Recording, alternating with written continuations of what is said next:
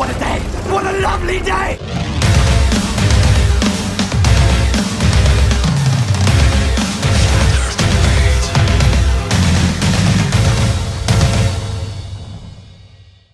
Welcome to Flat Earth Debate Uncut and After Show. I'm your host Nathan Oakley, and if you are new to this channel, or you've not done so already, then be sure to subscribe and hit the bell notification icon to keep up to date with the Flat Earth Debate. If you'd like to support the channel, there is a super chat that runs alongside each of these shows while they premiere. There's also a PayPal, Patreon and crypto link in the info box below the video. Speaking of Patreon, I'm going to do a quick shout out to all of you who do support me on Patreon. So a massive shout out of appreciation to Abraham Mohammed, Adam, Adrian Quintana, Alistair Main, Blue Ridge Ranger, Burn Fat Till My Stomach Is As Flat As the Earth, Chow Young Cat, Dank, Dave Rakia Gafford, David Robinson, David Wayne Foster, Daz Studio 68, Edwin Johnson, Erwin Jennisons, Felix Hung, Fireball X, Godrockin, Joshua Balsimo, Kirsten Smith, Liam Nedrick, Life is Short, Maria Neelands, Matt, Missouri Bear, Nagara, Nathan Thompson, Naibai, Rob H, Skeptic936, Steve ALM, Texas Mike, The Real Gabster, Tina Baker, Tom Herkins, Unbelievable Productions, and Windrider. So a massive shout out of thanks to all of you for supporting me on Patreon. Now we do have a couple of people in the Discord and G Plus servers, so I'll raise the mic on them and you can enjoy the dulcet tones of whoever the hell is in there while I set up for today's live show.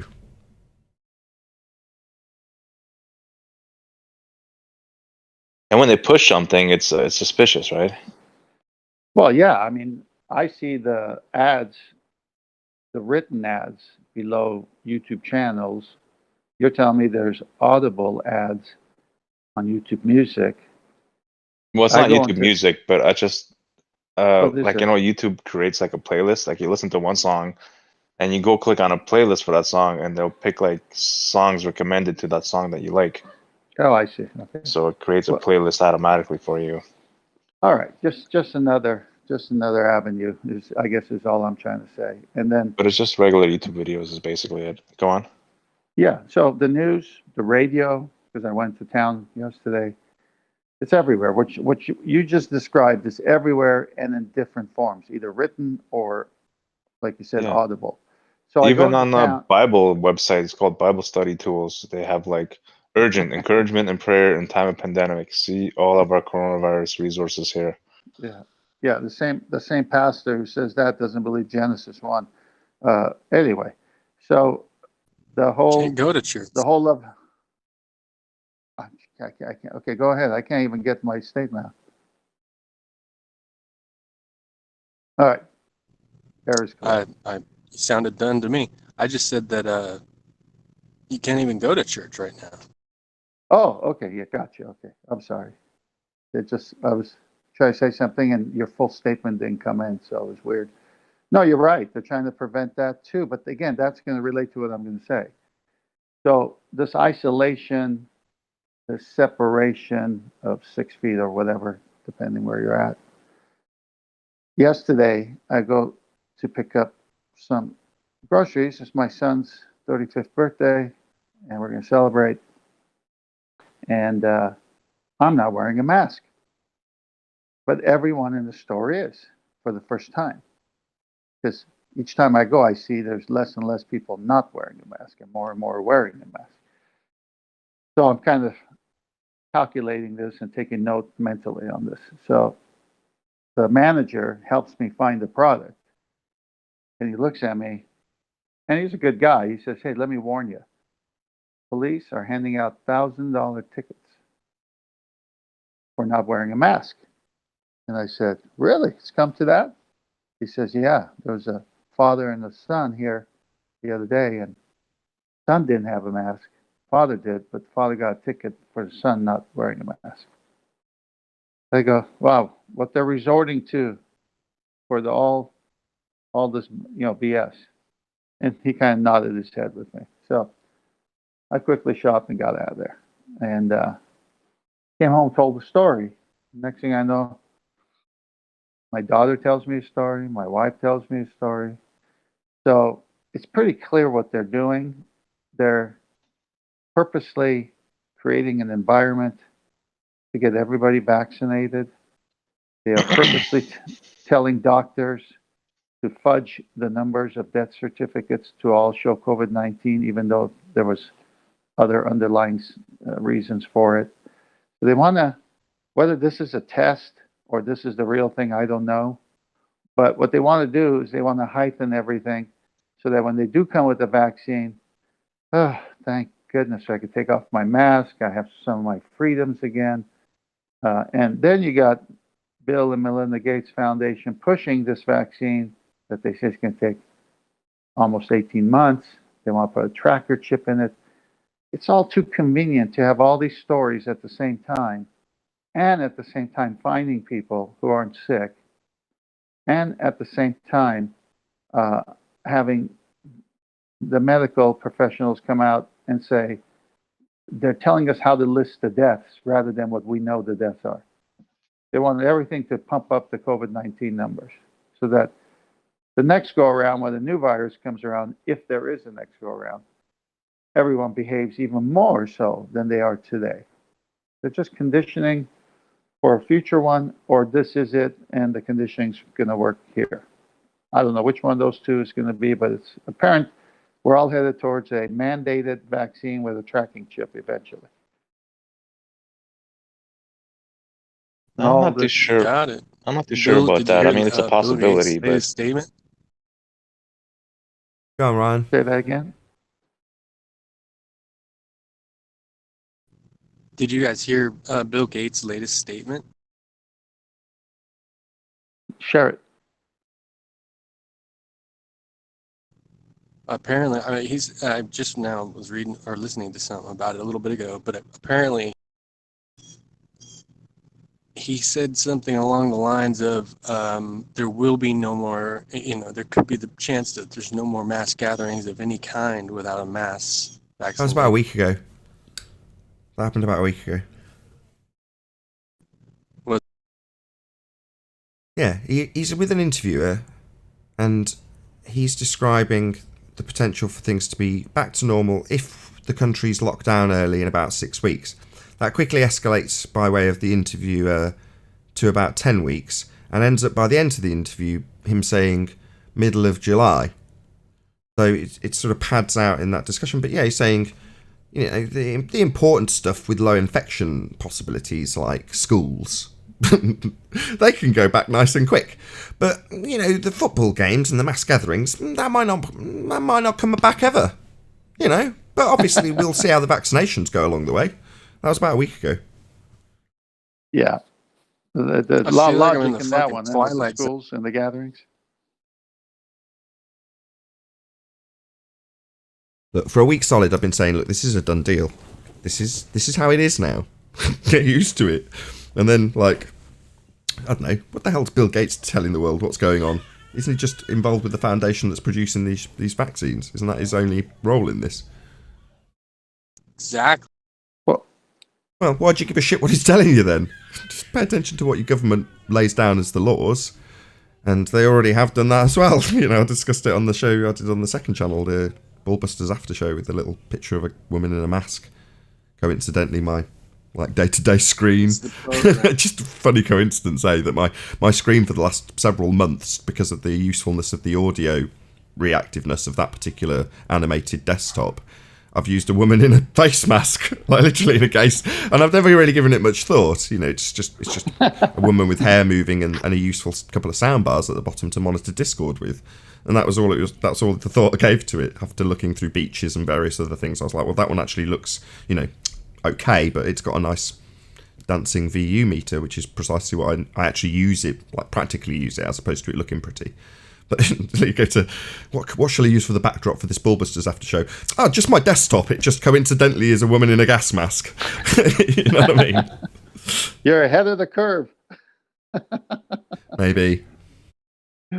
Yeah, all of these other things, including 5G and all this other stuff, and then you saw what came out on that, right? New YouTube guidelines on that and videos. So they're using all that, but they're pushing this thing. This is the one that the full control is here with this whole vaccine thing, I think. Well, so There may not be truth to all the rest of this stuff, but that's not the real deal. What you said resonates. They've already done what they wanted to do.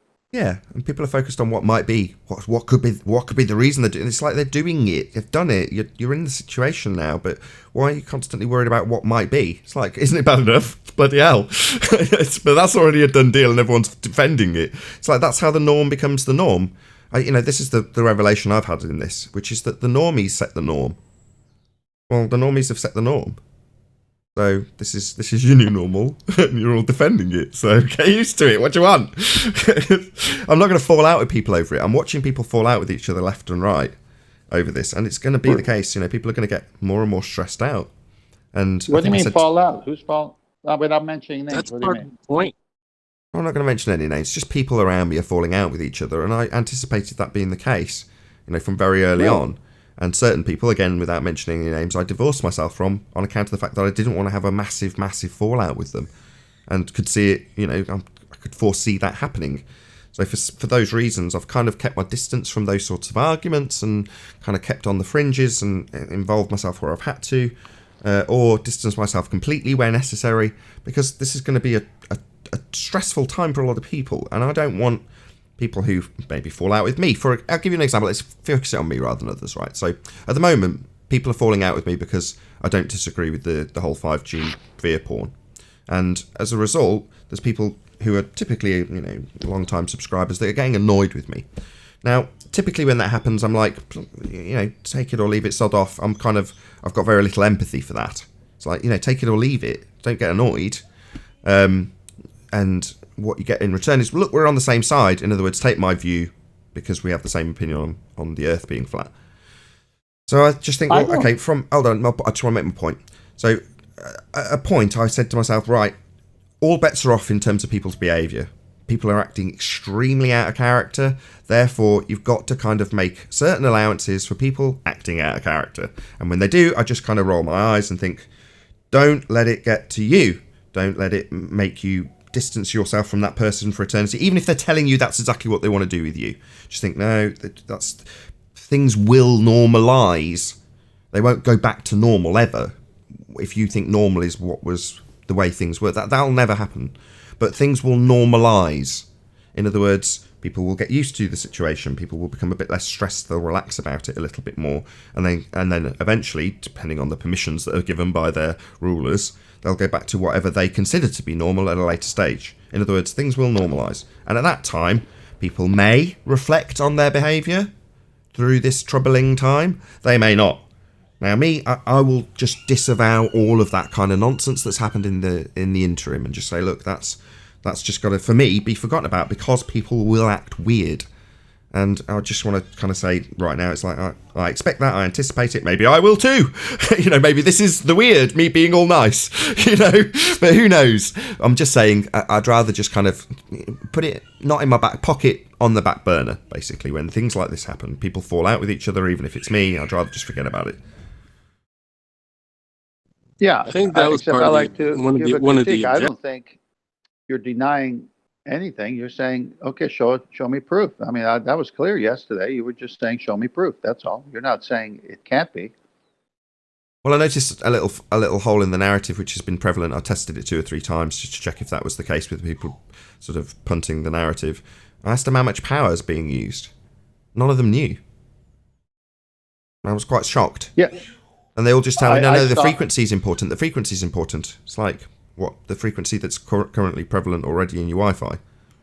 Well, what gives? This is just, what I don't really understand why the significance of frequency has been attributed to this, but it has, to the point where everyone's ignoring power. And it's like, no, we shouldn't worry about the power. When you've got a microwave oven, what it says on the front is how much power it's got, because that determines how quickly it'll cook your chicken, right? 1,000 watts will be quicker to cook the chicken than 750 watts. So that's what you look at when you buy a microwave oven. It's printed on the bloody door. When it comes to something that apparently can do the same thing and cook your head, well, how much power has that got? Nobody knows. It's just like, I know. Why don't you know? Well, I know that here, when we did electrical on some of the buildings, you had to match the gauge of wire to the type of power coming in. So obviously 220 has to be really thicker, and down from there. So I understand the power thing. And Okay. now, Just a quick question then. If you've got like a wall dryer or a wall heater that's electric, can you just put more power into it to get more heat out of it, or will it have a theoretical maximum? Well, if it's got the wrong wiring, you'll cause a fire because there'll be too much heat generated. No. Okay. But you're gonna amp up what's going into it. You're gonna pump up the juice, right? Mm-hmm. Well, that if you've got a heater, will you get more power out? Will you get more heat out of it? Or will it just give you the amount of heat it's rated? Go on, sorry. If you put too much power in something that's not rated or set up to handle the power, you will destroy it. It might cause a fire. It won't. It might work initially, but for a few seconds or a minute, and then boom, it's just too much. It can't handle it. Right. So how much power it could cope with and how much power potentially you could put through it. Because I've also heard the argument, well, you can amp up the power at a later stage. You're like, can you? Really? I mean, I've had a look at the electronics that's claimed to be inside them. Now, I didn't do massive amounts of research in the electronics. I've got a vague idea what I'm looking at when it comes to electronics. And I do mean vague. I was a salesman, but I worked with electronics. So I've got a vague idea when someone shows me what's supposed to be in these lampposts and transmitters, what they're showing me. And I go, okay, that all makes sense. Yeah, that makes sense. And then someone comes along and go, but they can turn up the power. And you're like, no. What are you babbling about? Show me how that's going to be possible then. Unless you can. Well, there is a guy who actually took apart one of these lamps, the LED lamps in Europe or England, actually it was, and he opened it up, and the wiring to the LED was the thin because it doesn't take much, but the wiring to the whole thing was a very thick wire, and he says and it had more not capacitors. I have to go watch the video again, but they had more of these power. No. What do you call the things that not ohms? I can't remember. I don't want to say the wrong thing. Ohms is resistance. It had a really thick wire in there that shouldn't belong there if you're just powering LED lamps, was the point of the video. And then he opened it up and showed it. And then he showed the circuit board for the LED lamps could deal with a lot less power. But the circuit board was the bigger one was for this unit. Okay. Let me just address that. Wire. Okay, I get it. Let me just address that. So when I've done installation, so really early in my career as a grunt and a salesman, one of the things I'd have to do is go out on site and do the installations, the actual installations. And when you plugged the wire up to somewhere that was going to be pretty permanent, you wanted a little bit of extra security or peace of mind that were you to add extra things to that, you'd have enough wires or enough capacity in the wires that you were using to add little things that were extra. So if you were building a very expensive tower, wouldn't you want more power than potentially the first little device that you stuck on there, knowing that pretty much every tower ever always had a shitload of other stuff piled on top of it after it's been built? So yeah, there's a good chance they'll put other devices on there and they'll need power to do that. But does that mean that the actual transmitters, the 5G microwave transmitters, these millimeter wave transmitters, are capable of having the juice bumped up so that they could fry your brains like a microwave? Absolutely not.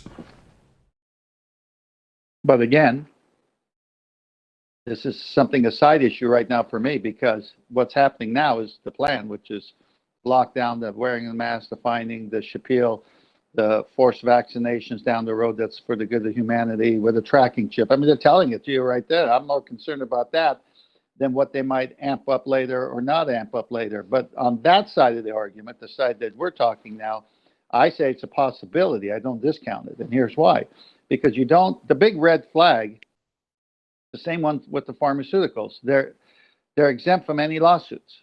Who gets exempt from any lawsuits unless they got some kind of nefarious thing going on, which I can't divine at the moment. Yeah, you but can. At the same time, yeah, you can. Hang on. What do you mean? You don't need to divine anything. They're already doing it. It's just a network. No, I'm saying me personally. But we already know what they're doing.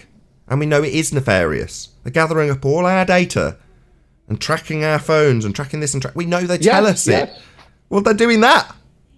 That's what I'm saying. I'm saying that you could equate that last statement of yours to me saying about the vaccines. But on this side, on this thing where they got us talking about on purpose, I get it.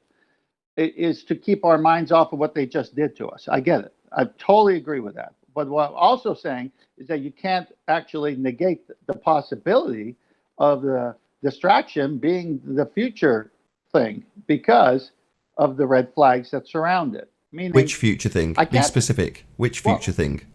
Well, what I'm trying to say is, as a whole, with very little research of less than a week, I can't imagine people have been fighting 5G well before this crisis, so-called, arrived, having spent 25 million in one study, having 240 doctors and scientists, professional men resigning from Microsoft, or one man at least, and say, okay, that they're doing all this, but what are they doing all this for? What data do they have? And at the same time, simultaneously, the telecoms are protected from lawsuits. Okay, without any wires, any proof of actual 5G, those two right there are saying, keep an eye on this. That's all. Just keep an eye on this, because that doesn't sit well to exempt a group of people from any lawsuits of any kind. Just doesn't sit well. And they're hiding some. I don't know what they're hiding.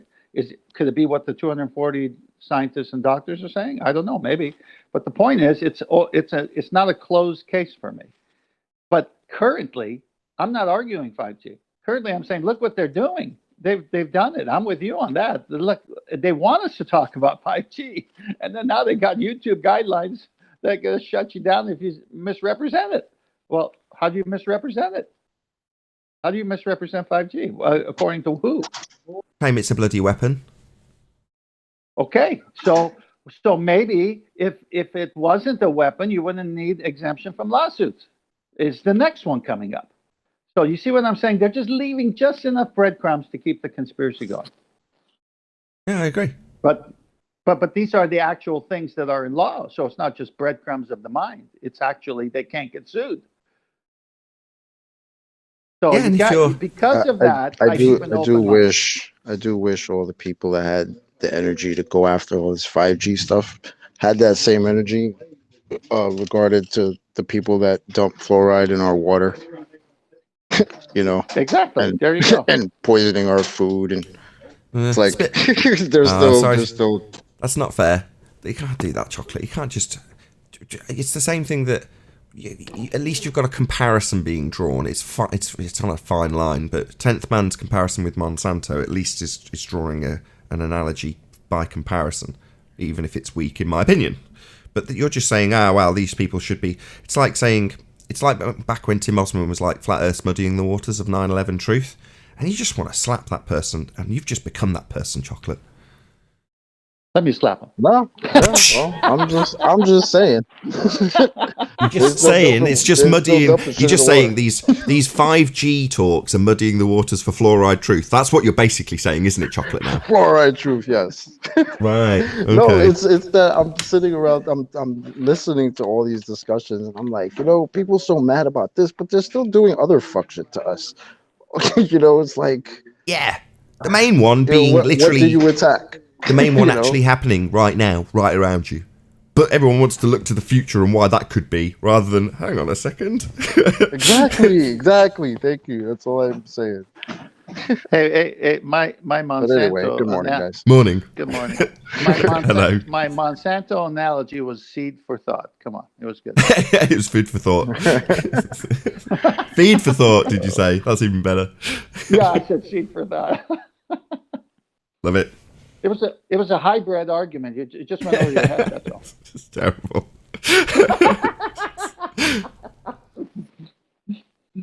Too much, man. Right, I've got to GMO. Let's keep it on flat Earth, man. I'm tired of this other stuff. Well, good morning, everyone. Hello, Paul. Hey, Paul. Good to have you. What up, Paul?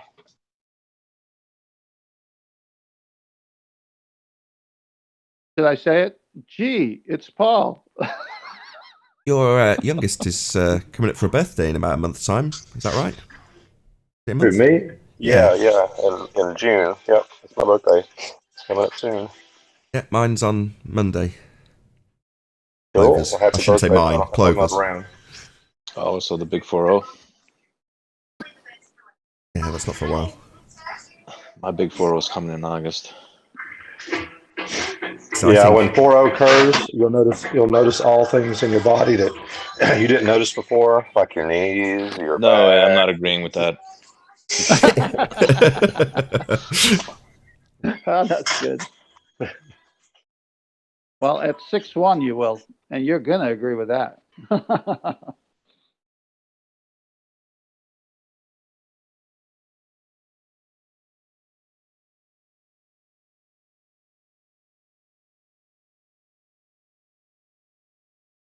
People finally are arriving in the chat.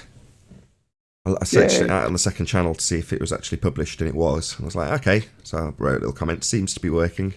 And then about, I don't know, 15 minutes later, nobody had commented, but at least somebody has now.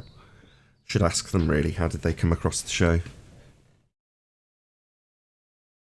Let's ask Emma. Subscribe to Emma. Emma UK.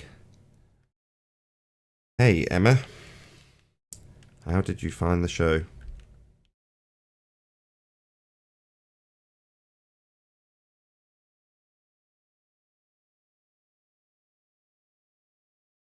I see it listed on my subscriptions.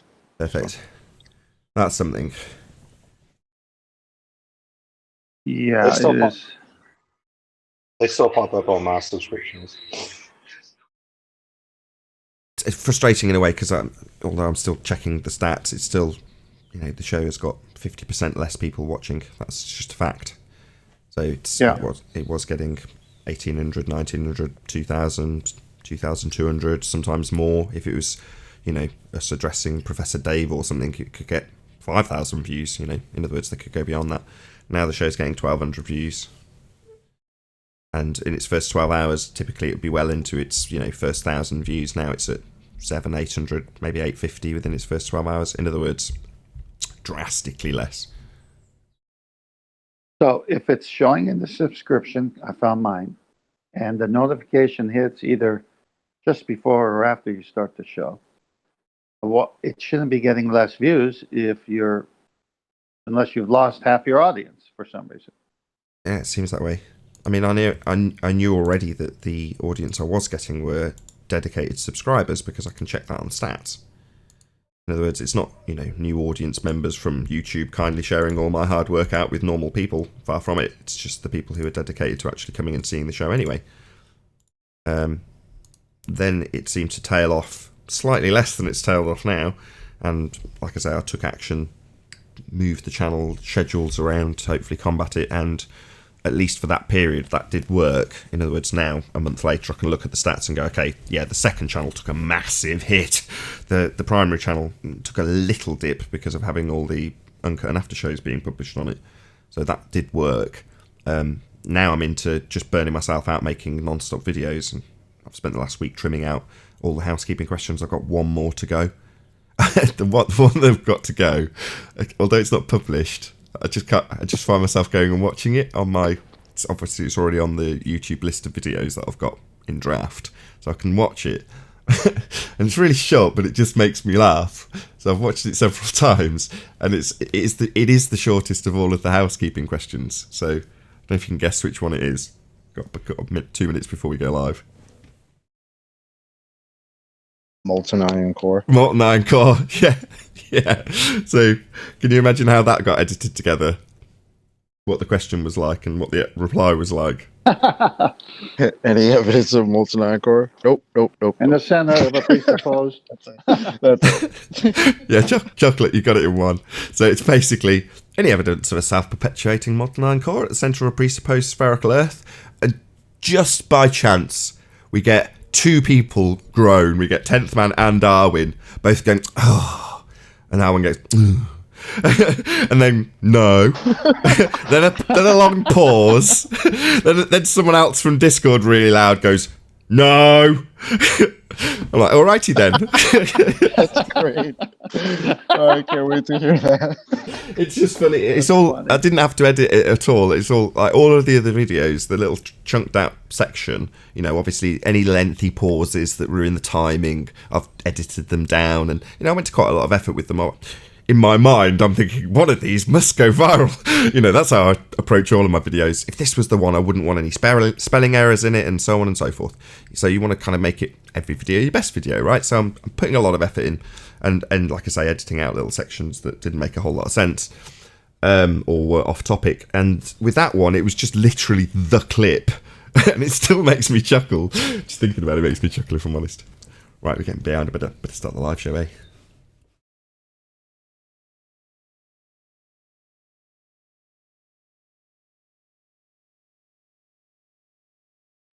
Oh, what a day! What a lovely day!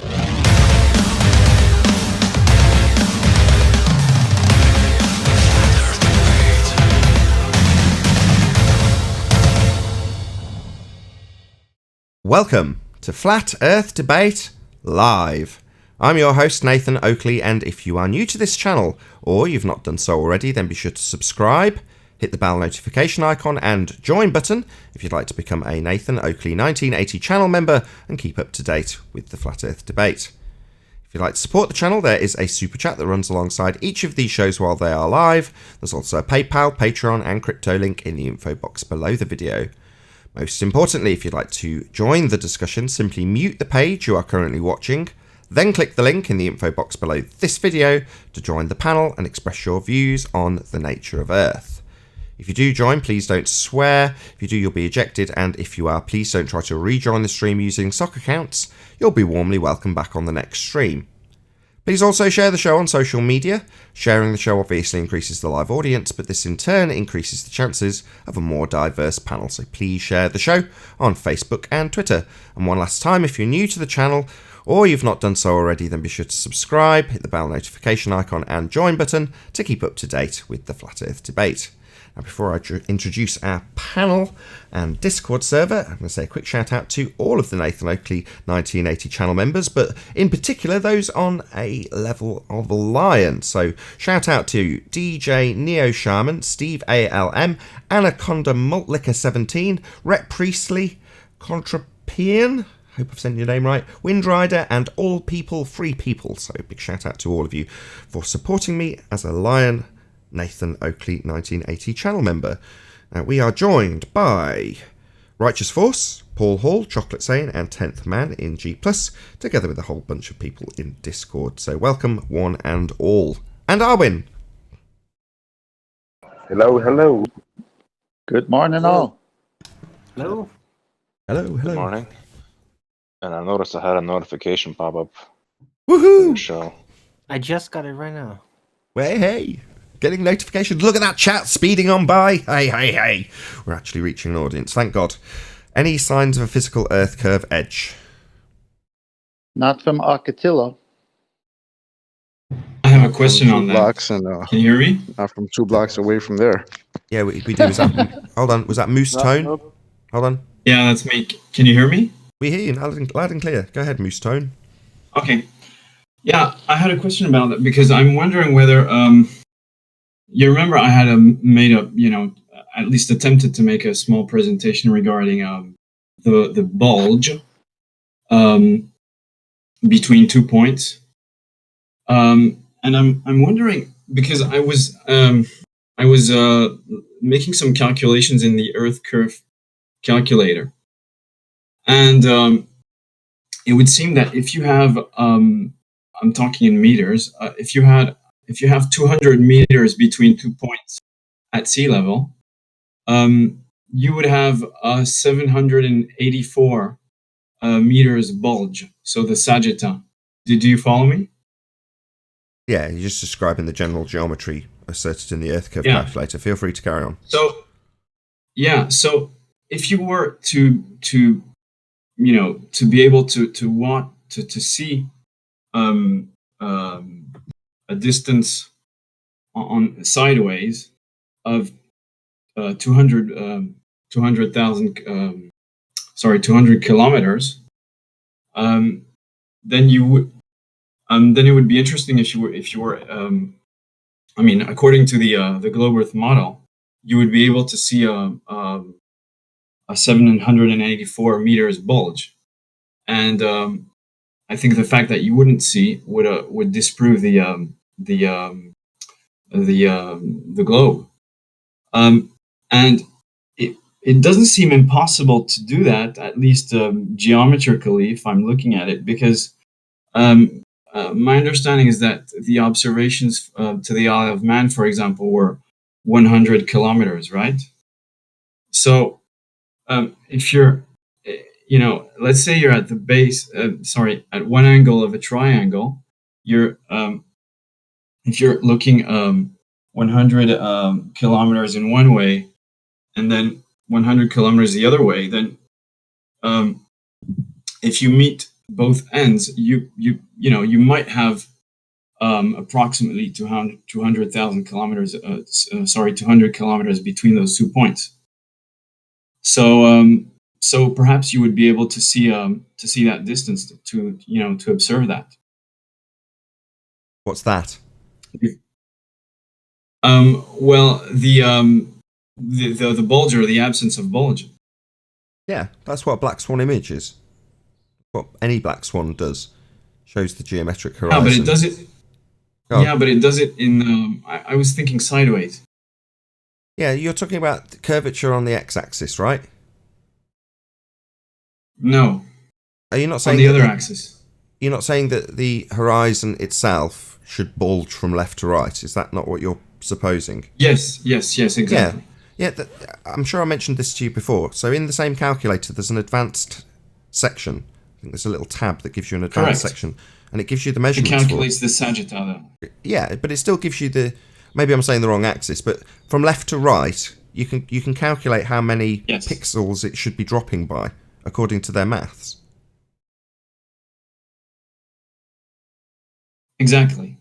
It was. But has anyone made an observation between 2 points on a flat plane, so sideways, that is far enough to be able to detect or not this famous bulge? Well, as I say, the one or to disprove it, let's say. Well, yeah, the Isle of Man composite did, but because you're rotating the camera and then you're compositing together the image, that presents a whole raft of problems in and of itself. But ultimately, yeah, like you say, it shouldn't be too difficult, which is what agrees me when you have people like Neil deGrasse Tyson saying, well, you can't see it till 120,000 feet, you can't even see it. It's like, well, yeah, you should be able to calculate it from the ground. Here's the maths for it.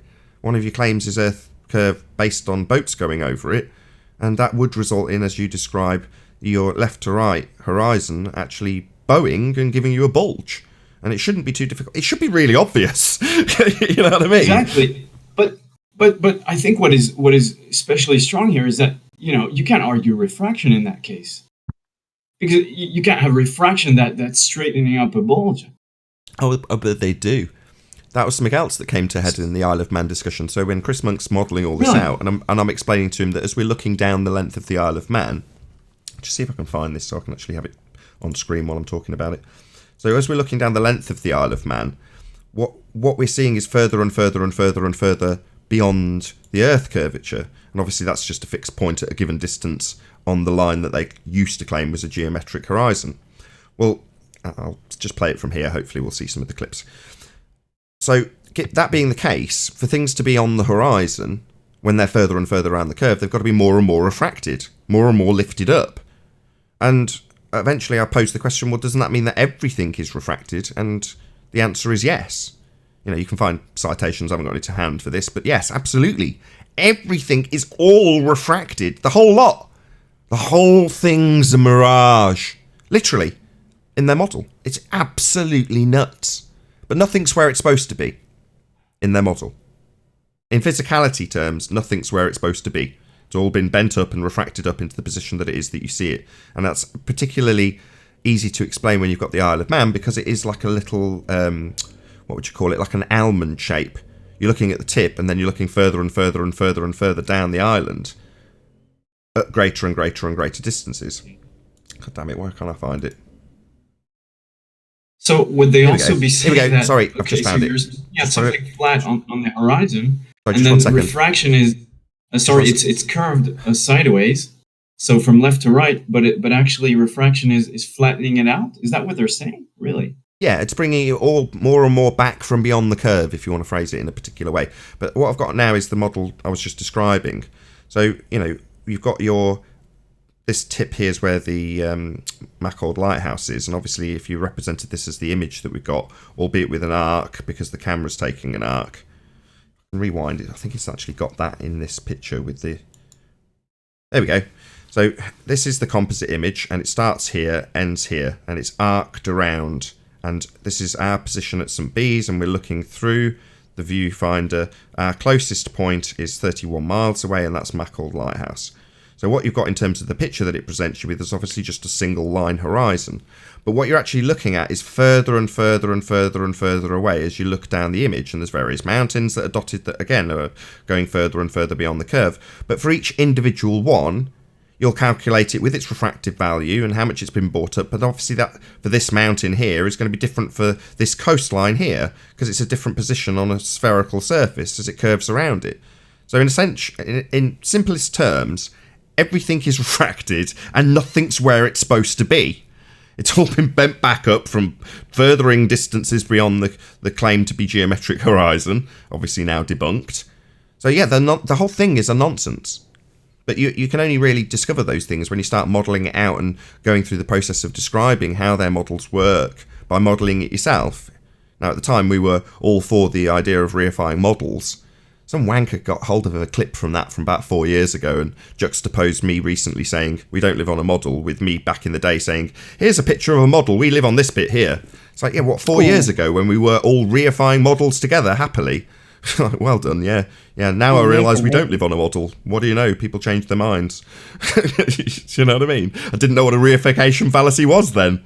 Anyway, my point being, this model is all refracted in their terms, and everything is in a position that the photograph presents, which isn't a position in geographic terms when you wrap it around a ball. Oh, Nathan. So yeah, but I don't get the argument on the side view, but because I mean, if I'm seeing something flat on the horizon that why would that? So essentially, it's curved from left to right, but refraction is making it flat. Really? Yeah, it's doublespeak. Yeah, it makes no sense. It's a complete contradiction. But yes, that's right. That is their contradiction. It's even sillier. Has that really been claimed? Hold on, Chocolate. Chocolate, hold on. Go on, I just want to hear this guy's revelation to the total doublespeak that is the model. Go on, go ahead. No. But I haven't heard it claimed explicitly in that way by any Glober. Really explicitly, because they're always talking about refraction, so lifting things up from behind. But I haven't heard about them really claiming refraction is unbending things sideways. Well, no, because they say that it's bending it to appear straight. So while it might look and calculate as being completely flat, what's actually happening, it is wrapped around a sphere, but I presuppose that item that appears to be flat in our picture is actually bent from beyond a reified Earth curve edge into a position where it sits on the horizon, refracted into that position. That's what they tell you. I mean, obviously they don't explicitly say, yeah, what we're looking at is basically the appearance of a flat world with perspective, but I don't account for perspective. I put it in side view and I mathematically calculate how much it's behind the reified Earth curve edge, and if it's further away, it's further behind that edge, and I'll just bring it back more with refraction because it's further away and I've got more refraction to bring it back with. That's not how they're going to say it, though, is it? They just say refraction. That's all they say. Yeah, but sorry, just to clarify, really, if I'm understanding correctly. So you have point A on your, so really on the horizon, you have point A on your so on your left, and you have point B on on your right, and you have a straight line between the two. Really, it's and you're seeing something straight, and they're saying no, this. Are they really saying this is curved, but because of refraction, you're seeing it straight? Yes. I've said this twice. I've never heard that claim. That is what they are saying. Never heard that claim. I know you haven't heard them say it explicitly, but we're talking about a model that makes no sense in reality and how they double speak their way around it. So no, they're not going to give us these explicit disclaimers. We have to drag them by their short hairs, point it out to... Mate, please. We have to drag them by their short hairs, pointing it out to them. But that's what we do here. Thumbs up. Yeah. Okay. No, that's fine. So, Yeah, man. so I mean, Neil that's deGrasse the Tyson thing. is They're saying not when he going says to it's come flat. out and just tell you these things, right? Because they have a narrative that they're trying to push. So they tell you these things in a way that you can accept it, right? But that's not the case, right? No, I know. It really isn't. Yeah, I man. know. I'd be So interested. Sorry. no. Look, I I'd mean, be it's interested cool. in It's just doing modus tollens on that one, to be honest. well, I mean, they've I can help already you. denied the geometry of their model because before the black swan, they used to say that the geometric horizon was a thing, right? They used to call it the curve, the physical location that boats would go over that would obscure objects. Well, now they don't have it. Not only do they not have it, they say we've never seen it. So then how do they measure something they've never seen if everything is refracted? They It's a done calculated. deal. They calculated Yeah, it's not measurement. based on their model.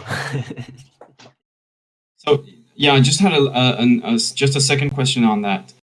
So is there anything else? So beyond there are pictures from space, and this supposed boats going over. Are there any other? What are the other? What is their other cowbell? What is their other observations of You mean what curvature? else they got? Nothing. That's it. We've debunked the model. Yeah, That's it. pretty much You've got pictures from space to prove it's a ball. Well, they're been debunked by natural law, second law of thermodynamics, Boyle's law, gas law. We take your pick. It doesn't conform with natural law. So space, pictures from space, all fake. What you got then left over? Well, you got your observations from the ground with the mathematics of geometry. That's it. Once you debunk R, by debunking the geometry, the presupposition of this R value giving you a geometric horizon to begin with, once that's gone, everything about the model falls in upon itself. Now, it's taking some time for the fundies to realise this. Some of them just stick their heads in the sand and go, "Dead swan, it's already been debunked." Really? Okay, explain how it's been debunked. Because the modus tollens is absolutely watertight and it basically destroys your R value. You no longer have a presuppositional R value that's justifiable, giving you a physical geometric earth curve edge. So it is game over for the model, and I think that's what you're asking. What else they got? Nothing. They've got a dead model. So if you were to bring back Al-Biruni, so, I mean, by the way, I don't know if Al-Biruni removed the atmosphere, but Al-Biruni would come and you would actually measure the Earth to be the size, bigger than Jupiter, right? Not exactly. So if you use Al-Biruni's measurement on the black swan, the original black swan, there's been loads, but just we like to focus on the original and best. Well, yeah, you'd end up with the outer edge of the Earth, i.e. if you just take one point as their edge, in this case we'll take the equator. The equator, in terms of its physical size, would be the same size as the orbital path of the moon. So your R value becomes the distance to the moon. Just a little bigger. 260. Yeah, it is actually a little bit bigger. That's right. It's actually beyond that. But yeah, I like for people to reference it. If anybody's got any idea of how far the moon is, if you've seen it done as a scale demonstration, if you haven't, go and check it out. Just type in scale demonstration of the moon and how far it is from the Earth, and you'll find somebody on YouTube with a golf ball and a football or something similar, showing you how many paces away you have to be to get that scale for the claimed orbital distance based on Kepler's third law and an assumption of the R value. Nevertheless, if you can see that, it gives you an idea of how big Earth would have to be the size it should be if you've still got a physical geometric horizon. The reason it's called the Black Swan is because it smashes it so far into next week that even their own side have to relinquish the idea of having a geometric horizon. And at that point, it's game over for the globe. Yeah. After Arwin comments, I'd like to make a comment. Well, I was Moose Tone. Was there anything else you wanted to add to that? It's your point. No, not really. I mean, no. I think it's pretty revealing. To be honest, I just yeah. Again, I think should the argument not be, well, look, if there were, if you had someone let's say from the Middle Ages or from earlier on coming in, how would you show that person that there's curvature? You can't utilize the model to show them anymore. So, well, just to answer you, so what you would have done is gone and got a fake picture from a fake place and said, here it is, we've already taken pictures. Not me personally. Liars who claim they go to a violation of a natural law have taken pictures. Well, they're in a natural law violation. They definitely haven't taken any pictures. That's a big fat lie. One of the few people in this argument we can actually directly call liars, because they are. They know they're not going to a sky vacuum because there isn't one. That's a violation of natural law. Anyway, once you get to the ground level argument, all you've got to assert is a presupposition of an R value giving you a physical geometric horizon.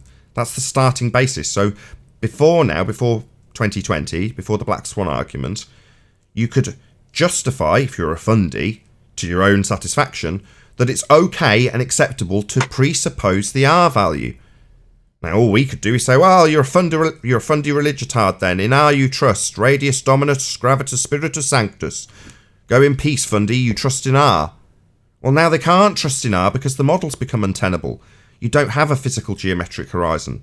You don't have what the R value gave you in the model. Now you only have a geometric horizon existing in one place only in existence in the model. Therefore, not our reality. And a justification that, well, it's not the geometric horizon, it's a refracted non-geometric. Well, that's not the model then, is it?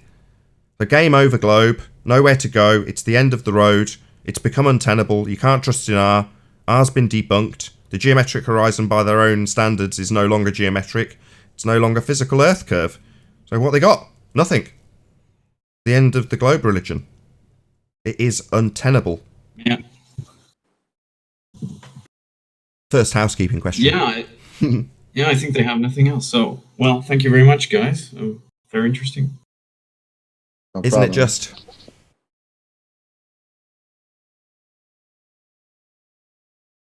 That's why it's so quiet. And what are they going to rebut it with? Other than a few stragglers that come along with older arguments they don't understand themselves. I'm searching for responses at the moment, and it's really scraping the bottom of the barrel. Generally, people were like, oh, it's already been debunked. Here's another picture of a white swan. And then you look at it and go, that's a black swan. They obviously don't understand the argument. But, these are, like I say, the tail ends of anybody with any modicum of intelligence actually attacking this argument. And even those people with what they claim to be massive levels of intelligence basically affirmed our argument and said they don't have a geometric horizon, and then drew some donkey dicks on some spheres. It was really funny. And then said you would never expect to see the geometric horizon. Yeah, That's indeed. great. Go ahead, never Moose expect Stone. to see the curve, guys. Don't worry about what we've been arguing with you about for all these years. Nah. Exactly. We're not going to expect to see that curve right on chocolate. Go ahead, Moose Stone. Yeah, no, I mean, I haven't heard anybody ask whether Al-Biruni had removed the atmosphere. But has anyone asked that question to a Glober? We don't need to. We can make the assertion on our own. So, we brought up Al-Biruni of recent times for that very reason. All right, so it's always refracted. All right, well, that buggers up the claim from Al-Biruni then, doesn't it? That's just make it as a statement. Don't need to ask them anything. What, you're going to ask him?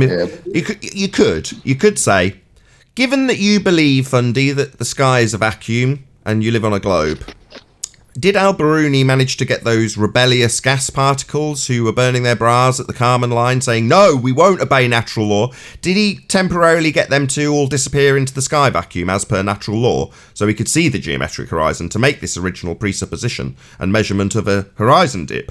Or was he dealing with high levels of refraction, given that he's going through all those layers you use as a red herring straw man when describing a gas pressure gradient?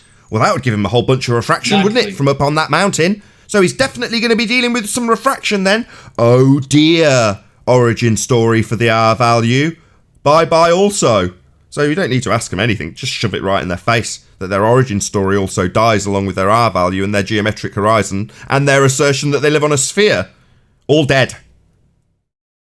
Did you just call the first gas molecules feminists? Owen, this guy's responding to what I've just said. Go ahead, right. Moose Stone. Yeah, the thing is, but who then calculated it in the first place? if it's not Al-Biruni. I mean, someone No, it's Al-Biruni. been able to calculate this without any atmosphere, and if not, then this is just completely bunk. It was Al-Biruni. But there was atmosphere, was there not? So this is well, was there even an Al-Biruni? Who knows? Who cares? What we're told is a dude called Al-Biruni, who for the narrative purposes is a guy standing on a mountain, and measured it with a shitload of refraction, because everything's refracted, and they're going through all these different layers of atmosphere from up on a high mountain, because obviously we've got gas pressure gradients, and for a gas pressure gradient, you've first got to have gas pressure, and for gas pressure, you've got to have a container. But all that being said, there's definitely a gradient going up to that mountain. Definitely refracted then. Bye-bye, origin story. Does not compute. Yeah, but that means, show it to me, I think, they should be able to show it if it's there. They should be able to to do Al-Biruni's observation once again. Again, and they should be able to do it all the time. What's it? Be specific. Hold on. What's it? The geometric horizon. They should show it. No, they hand wave you and tell you we don't see it. That's what they'll tell you in defense. When you say, well, you should be able to see it, it being the geometric horizon. Someone must have calculated it in the first place, Nathan. Yeah, he'd need to see it, wouldn't he? Yeah. That's the beauty of this argument, brother. There's nowhere for them to go. Yeah, but what it's so simple. Saying, I mean, hold on, Moostone. Hold on. Go ahead, Arwin. How come they? Hold on one second, Moostone. Hold on. When you have a Glober, hold on. To ask Hello. Hold on, just one second. There's 3 people that want to respond to you. You've got 10th Man, Chocolate, and Arwin all wanting to respond. Who wants to go first? Oh, okay, sorry. Go ahead. No, I just had a joke. I've had several. One was when you talked about that wanker that brought up a photo of the Isle of Man bulge, and I just thought that was kind of funny. The second one, and gay, by the way. And the second one was, I don't know, I even forgot what I said. I know nothing. Got to work on that comedic timing. It doesn't work if I don't interrupt. See? You can't make me wait for 5 minutes and say it after. My God. It doesn't work. All right, go ahead, Temp, man. that was right. Good timing there. We'll work on flattening the Isle of Man curve later. Right, all right, Chocolate. So, I'll go next. Oh, okay. Go ahead, 10th Man. Yeah. All right. So to Moostone, that Al-Biruni test, or whatever you want to call, has been done by Neil deGrasse Tyson. He went up 128,000 feet and said everything is refracted straight. Yeah, he should have. No, did he say that? Really? Yeah, he said you can't see a curve from 120,000 feet. Yeah, man, you need to let Al-Biruni know that, NDT. No. But did he say it? Did he say it's refracted? It's straight. It refracts to become straight. Did he really say that explicitly? No. Neil deGrasse Tyson. He said it looks flat, but yeah, he said that stuff looks but how flat. could it look flat? His exact quote was that stuff looks flat, and he's just basically saying when he's got a beach ball in his hand. In other words, he's saying Earth is a sphere. Now, the beach ball implies that he's talking about the geometric sphere edge that you would see if you were an ant hovering a millimetre above the beach ball. In other words, he's absolutely, explicitly describing a geometric horizon, the edge of the beach ball, when he says that if you go up on the Earth's equivalent, because Earth's obviously the same as this beach ball, sphere-shaped, and physically going to have obstructions that are Earth curve geometric horizons, and you won't see that being a geometric bent horizon at 120,000 feet. That stuff is flat. That's his quote. You can't see the curvature of the Earth from 2 millimeters above this beach ball. That stuff is flat. There you go. Chocolate's great with quotes. So how does a curved surface look flat according to Ballers? Refraction. So Al-Biruni sees it at the top of the mountain, and Neil deGrasse says, no, I'm going to throw you under the bus. Earth is really big. Even at 128,000 feet, you can't see it. Maybe that's what we'll end up with. Maybe there'll be a paradigm change and we'll end up with an Earth that's actually gimongous. Who knows? I don't see how they can. Ours is supposed to be set in stone. It's based around celestial observations. The presupposition of Venus being the same size. All of this stuff is based around Earth with its fixed R value. As I say, set in metaphorical terms because we don't live on a sphere, but in actual terms in their model, it would be set in physical stone. Their model is saying that Earth is a stone that's a sphere. Therefore, you're not going to be changing an R value at any time. And, you know, the reason they've got to that first conclusion is because of the celestial observations. But are you absolutely sure that they don't have, like, the mathematical maneuvering room to make it slightly bigger? They did, back in the day, even change the distances to the sun and all that pretty arbitrarily. So why would the model not have that flexibility anymore? I know it doesn't make any logical sense, of course, but let me answer. Let me answer. that. Let me just answer. You can do whatever the hell you like in a model. What I'm saying is, if you're to transpose the model onto our reality, then the model's dictating a fixed rock with an R value that's sphere-shaped.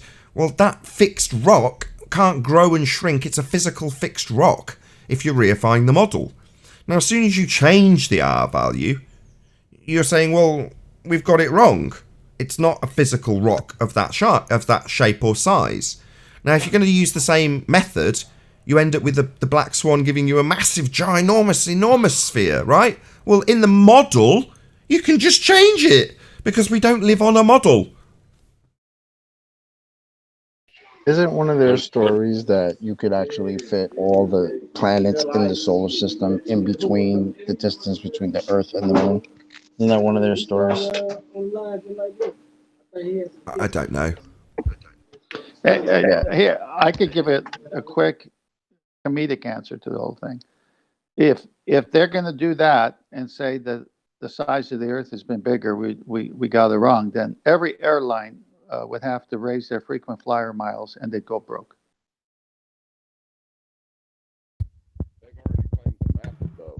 Moose Tone, anything more to add?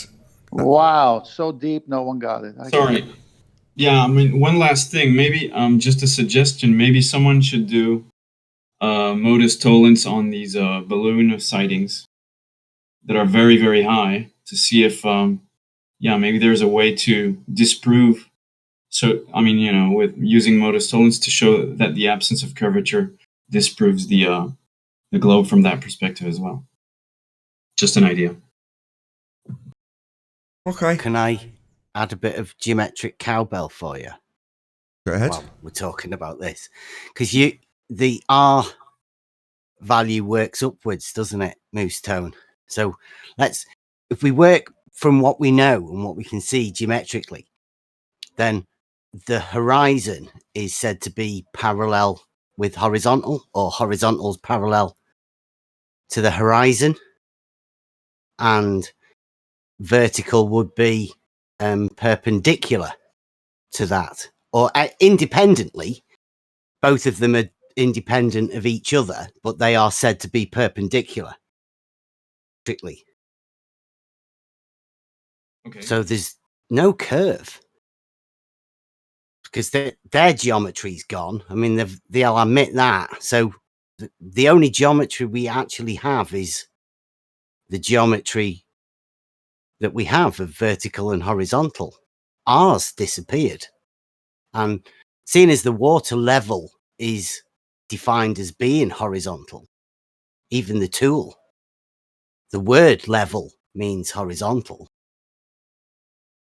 I'd say they're struggling for a curve. Will that be right, Moose? Yeah. Yeah, definitely.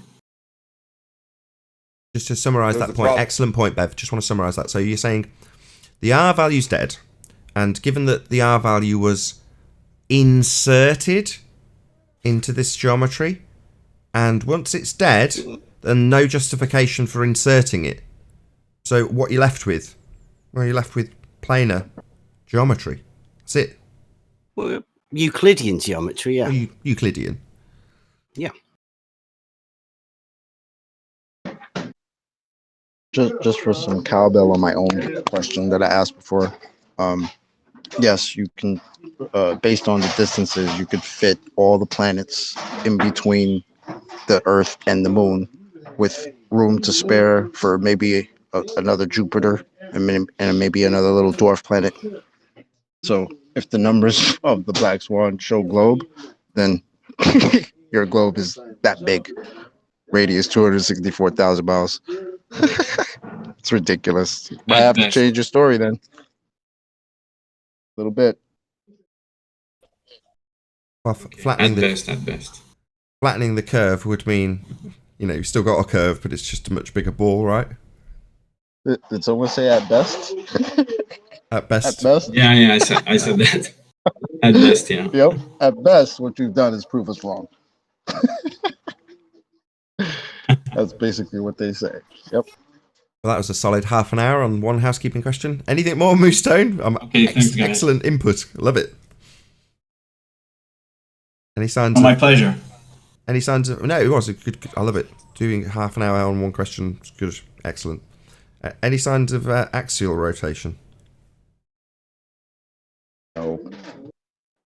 No. So are we talking about? Is this where we speak about Coriolis? They use the Coriolis effect as a claim that Earth spins. Okay. Yeah. Well, sorry to bother with that, but then they go out. Sorry, I had a question on that.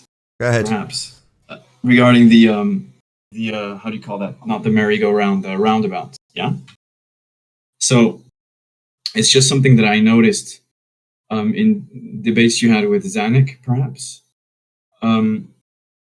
regarding the example of someone on a roundabout having a drone and then so letting go of the drone that then goes up and leaves the rotating reference frame, the non-inertial rotating reference frame. And there's just one point that's not always qualified in those examples. Is, to me, it does make a difference, although in both cases you do see Coriolis effect, in my opinion. Let's take the first example. First example is you have someone on a roundabout, and then you have someone that is outside the roundabout with a drone, and the person outside the roundabout, makes the drone go up. And from the perspective of the person on the roundabout, there is a Coriolis effect, right? Do you follow me? So far, so good. Now, second example is when the person, the drone is held by the person on the roundabout, and so that person at some point lets go of the drone, and the drone goes up, and the person on the roundabout also experiences Coriolis effect in his observation of the drone going up. Okay, yeah, that's the same example. Now, the only difference is there's a yes. person watching it with the first example, but other than that, there is exactly the same example. Let me come to my point. I think there should still be a slight difference. Is that, and this maybe goes into some of the things that the ballers are saying, is that in the second example, there should be at least a limited inertia, a rotating inertia of the drone, because it's been held in the hand of the person on the roundabout. And then when he lets it go, it does go up, but it still has a slight rotating inertia. Do you agree with that? Well, the same is true in both examples. So if you've got a drone that's in front of the guy, as in the first example, and then the guy off the roundabout pushes the up stick, well, yeah, it's still rotating whilst attached to the rotating roundabout when it first goes up. So for a fraction of a second, yeah, it's going to have some forward momentum from the roundabout. But obviously, once it's left the roundabout, it loses any momentum that it had because it's no longer attached to the reference frame. Same principle applies if the guy's holding it. He's holding it and it's going around and around with the drone hovering but being held, so it's still attached. As soon as he lets go, well, for the fraction of a second that it was being pushed forward and he's let it go, it is still semi-attached, if you want to call that. But once it's no longer attached, it's no longer going to retain any momentum. It's not attached to it. So the same is true in both examples. I'm not sure, because, or maybe I didn't explain my first example. In my first example, the person holding the drone is the person outside the roundabout. Right. Oh, I see. Well, So- yeah. Okay, sorry. Yeah, I didn't appreciate that. So, rotating yeah, I movement, get you. right? I get you. The guy standing on the edge of the roundabout, and well, for that guy holding the drone, let's say he stood right next to the roundabout, and there's another guy on it. Well, the Yes. guy's still experiencing Coriolis effect just by looking at the guy, because the guy seems to be moving, Exactly. doesn't he? Well, you don't even need to let the drone go up in the air for him to see and observe a perceived deviation. The guy seems like he's coming towards him and going away from him on the edge of the roundabout without any drone needed, because he's not on the spinning reference Yes. frame. He's in the inertial reference frame just by standing on the edge of the roundabout. Yes, I'm trying to make the examples as close as possible to limit the amount of variables, but you see what I mean? The point is that it seems to me in the second example where the drone is held by the person on the roundabout, as I said, there is, as you alluded to earlier, there is a slight inertia. And so I think the ballers are using that to sort of claim that it stays stuck to the Yeah. things, No, yeah, I know. things that cling to the earth, etc. Yes, I get it. The conservation of angular momentum. Yes, they use that as a defense. But what you're asserting, Exactly. just let me explain why it falls apart. If you were to assert that the drone, when it lifts off the roundabout, essentially conserves the momentum of the roundabout. In other words, even though it's left it, it's still hovering above the same exact point on the roundabout. So before you stick your drone on the roundabout and spin it, you put a little piece of tape on there and an X mark on where you're going to put the drone before it takes off. Then you spin the roundabout, so it's sat on top of the tape, not hovering, attached to the roundabout. You push your up stick, but because of the conservation of angular momentum, it still hovers above the same X and rotates with the roundabout, even though it's not attached. It's conserved the momentum. But then you don't get any Coriolis deviation. It's in defiance of the actual Coriolis effect. The whole point of the effect is you see it deviate because you continue to rotate underneath. And it doesn't. The drone doesn't rotate, it just goes straight up. But because you carry on rotating, you see it seem to deviate. But if it's conserving momentum, you're not going to observe any Coriolis effect. So celebrity wanker number 1, Simon Dan, shows us a trampoline towed by a tractor. And the guy's bouncing, but he goes back down to the same point on the trampoline, like there's an X on it, like in my example with the roundabout. In other words, the guy bouncing does not deviate. Well, then there's no Coriolis deviation. The bloody thing's supposed to be proving Earth spins by showing us things do deviate. They get around it because there isn't any by saying, well, we shouldn't see any deviation. It conserves momentum, flying in the face of their very claim that we've got a proof that Earth spins in the form of the deviation that we see, not the lack thereof, as Simon Dan showed us with his example of a trampoline towed by a tractor. No deviation, says Simon Dan. Well, no proof of the Earth spin then, Simon Dan, you complete clown. But that's their get out, yeah. Oh, well, we shouldn't have a deviation. Well, isn't that the thing that's supposed to prove it spins? Yeah, I think that's what they use to say that it doesn't leave the spinning reference frame. Then there is no Coriolis effect. The thing that they use to prove it is spinning?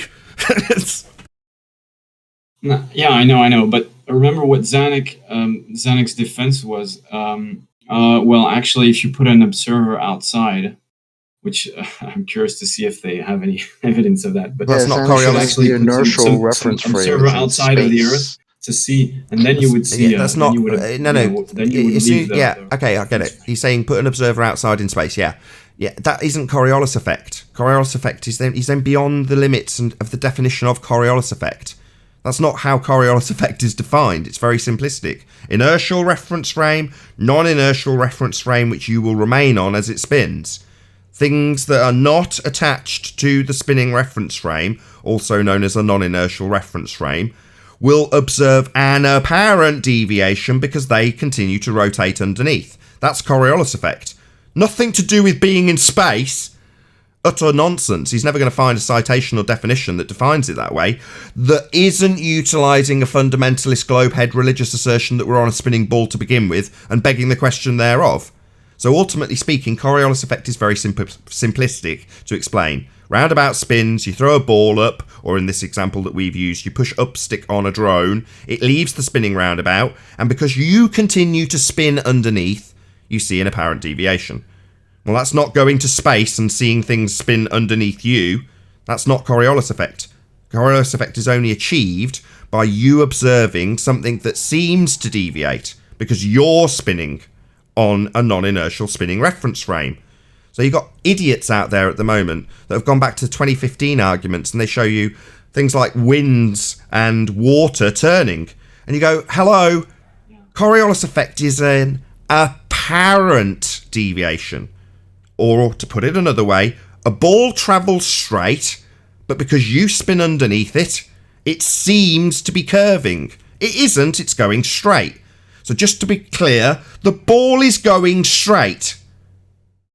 So it's not a spin direction for hurricanes or a spin direction for water going down drains. Those are actual spin directions. Coriolis effect is an apparent deviation. Apparent meaning not actual. Ball travels straight but seems to curve. So all of the morons out there that use winds actually turning and water actually turning as though it's Coriolis effect just demonstrates they haven't got the vaguest clue what Coriolis effect is. Yeah, you could. Can I just add something to Hold on, Moose. Go ahead, Chocolate. Hold on. Go ahead, Chocolate. No, I was gonna say you could literally call it an illusion, right? Because it's a parent deviation. It's not actually deviating. Yeah, it's literally an illusion. So how can an illusion be the cause of a wind storm that's actually rotating like a hurricane? It isn't. It's a misunderstanding by I just wanted to just wanted to go back to this what Zanuck was saying, because he seemed to say that you would need something that's outside the spinning reference frame, and to him everything that's on Earth is in the same reference frame. So essentially, to show Coriolis, he would need to have something that is outside of supposed spinning Earth. And, for example, I don't know, being on a spaceship and shooting a bullet or some projectile. Sorry, I've got to stop you again. In a straight line. Sorry, I'm really sorry. We would see the Coriolis. I just need to stop you again. I'm really sorry. That is not Coriolis effect, regardless of what Zanuck wants to describe it as. I've just gone through this. So going through his detailed explanation of what he wants Coriolis effect to be is meaningless. Coriolis effect requires you to be on a spinning reference frame and observe something that's not on the spinning reference frame. That is Coriolis. Not Zanuck's fantasy idea of Earth not having Coriolis because it's all the same reference frame, because he's flying in the face of Neil deGrasse Tyson. Ball gets kicked on a playing field. From the stands, it seems to deviate, curve into the goal. But it's really travelled straight, Earth span underneath, while you were all attached to it, watching the ball seem to curve. That's what Coriolis effect is. Going out to space to see the single reference frame Fantasy Boy Zanuck has got us as, with a presupposed spinning Earth, and Earth being bonded to its air, defying gas law and the nature of air, is a nonsense. We don't need to dice this up endlessly. I know Zanuck thinks you need to go out to outer space to see Coriolis, because he's got the whole thing as one reference frame. Well, that's nonsense. Can I just specify what I mean? Because maybe I wasn't clear. I'm the observer. I'm on the spinning Earth, the supposed spinning Earth, and then someone else, just as in our roundabout example, is someone is outside of Earth, really in space, and shooting a projectile in a straight line, and then the observer on this supposed spinning Earth would see a rotation, whereas the projectile is going in a straight line, and that would be Coriolis. Yeah, I understand. You're saying that if you've got the Fantasy Boy Zanuck's single reference frame of Earth and atmosphere as one, the only feasible way to see the actual effect of Coriolis deviation, that would be something that travels in a straight line outside the single reference frame he's fantasized Earth and air are. They would have to have somebody out in space firing a rocket that does travel in a straight line. Well, with reference to what? The spinning Earth. Oh, okay, it and its atmosphere that's all travelling as one.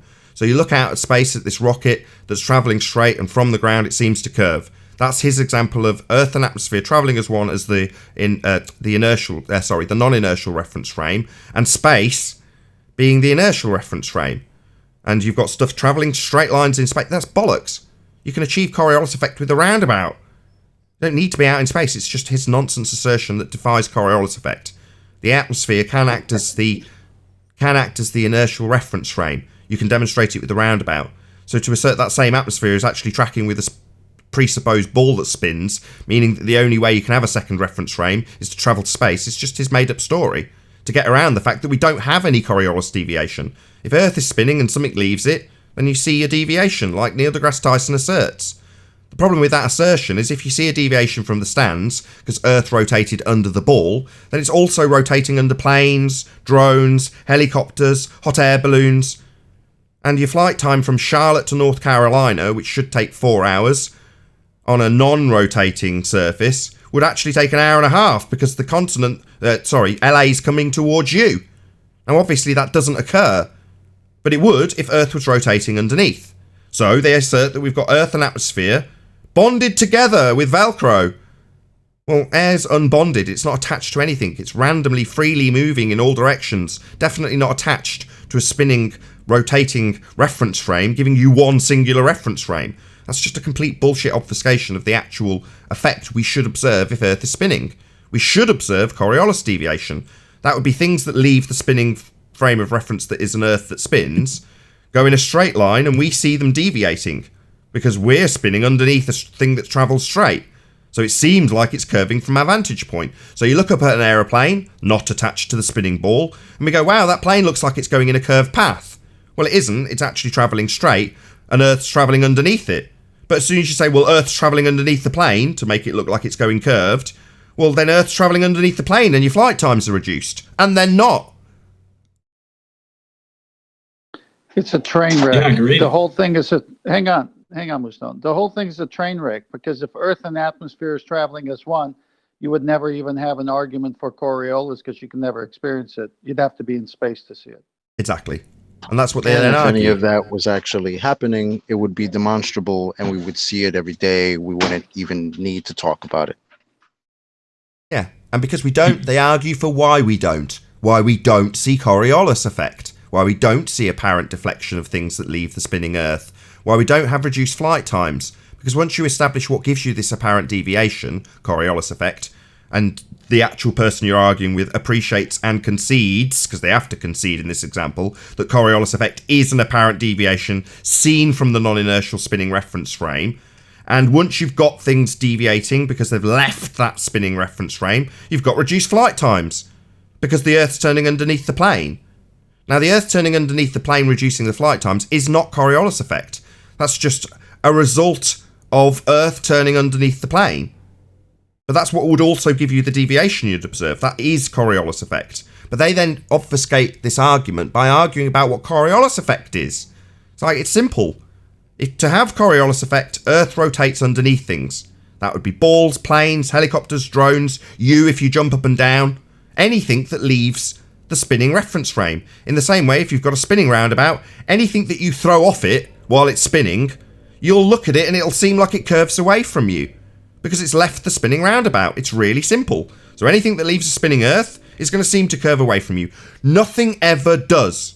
We don't see Coriolis effect. The only assertions are with things like balls and bullets that have got a fraction of the time in the air that a plane has. So we should see the obvious effect of Earth turning underneath an aeroplane. We don't. So the ground level fundies argue that we've got a conservation of momentum flying in the face of having a Coriolis effect. In other words, we don't see one. We don't see the proof of Earth spinning. It's so similar to the Black Swan defense. We don't see a geometric horizon. Well, you need one. Well, you don't see Coriolis effect. It's all travelling as one reference frame. Earth and atmosphere travel together. But you're supposed to see a Coriolis deviation. That's what you're saying proves Earth spinning. So you go into, well, no, Coriolis is actually from space. No, Coriolis is actually about how you travel north, west, east or south. Well, no, it isn't. It's just spinning reference frame and stuff leaving it.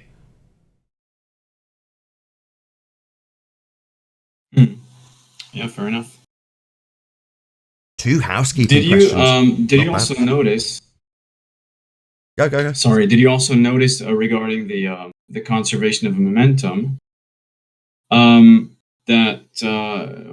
there was this old sort of test that was made, I think in the 19th century, with the cannons being fired, cannonballs being fired straight upwards, and then falling basically in the cannon's mouth.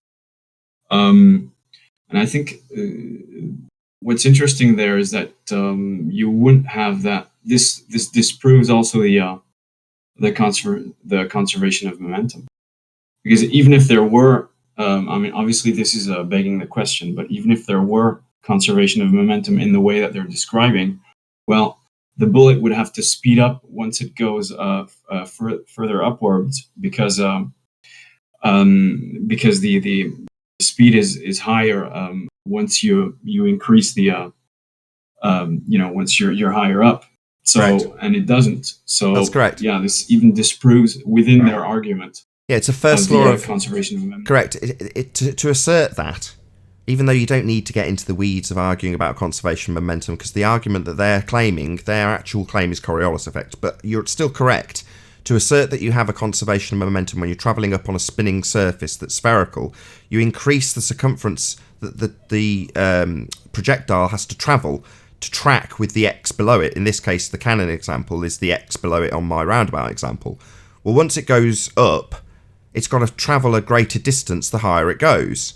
So it's got to actually violate the first law of thermodynamics and acquire extra energy to do so. So it flies in the face of the first law of thermodynamics to actually assert that this projectile can conserve extra energy as it goes higher. But as I say, you don't need to get into that argument either.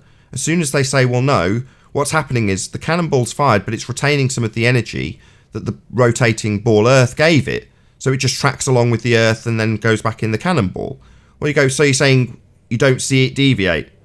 Because the deviation that you were supposed to see in that ball that went up was supposed to prove Earth spins underneath. That's what's supposed to prove Earth spins, this deviation that we would see. Because the cannonball went up and carried on going in a straight line, but we kept moving underneath it. So we saw it seem to curve out of the cannon as it went in the air. That's the thing that's supposed to prove we spin. But their justification for not seeing it is to argue about angular momentum being conserved. It's like, well, no, your proof is that we see a deviation. Your proof is Coriolis effect. Why are we now arguing about whether or not we can violate the first law of thermodynamics when we should just see it deviate if we're spinning, and we don't, so we're not? Yeah, makes sense. Anybody from the panel got anything to add? You're totally right. You're totally right. Look, the idea that the Earth is rotating and all the consequences, and taking it a step further, the solar system and how it's supposedly flying through space without leaving any kind of fire trail behind the sun or anything. The whole thing about the motion and the consequences of the motion of the entire heliocentric system is one of the hardest to overcome suspense of disbelief obstacles when you really start to think about it. Yeah, totally agree. Any more for any more? I'll shout out the super chat. If not,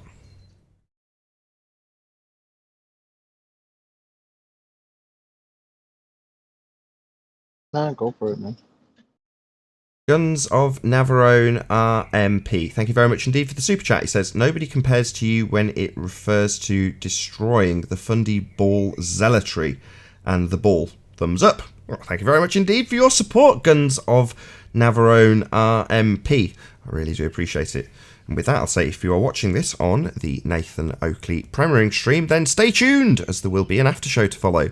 Unfortunately, if you are watching this live on Nathan Oakley 1980, then this is where we bid you farewell. A huge, massive, enormous thank you to all of you smashed the super chat, liked, commented, shared, subscribed, and all that good stuff. Of course, a massive thank you to today's Discord and G+ panels for making this live show possible. Once again, stay tuned if you're watching on the Nathan Oakley premiering stream, and I'll see you all in the next video. Oh, what a day! What a lovely day!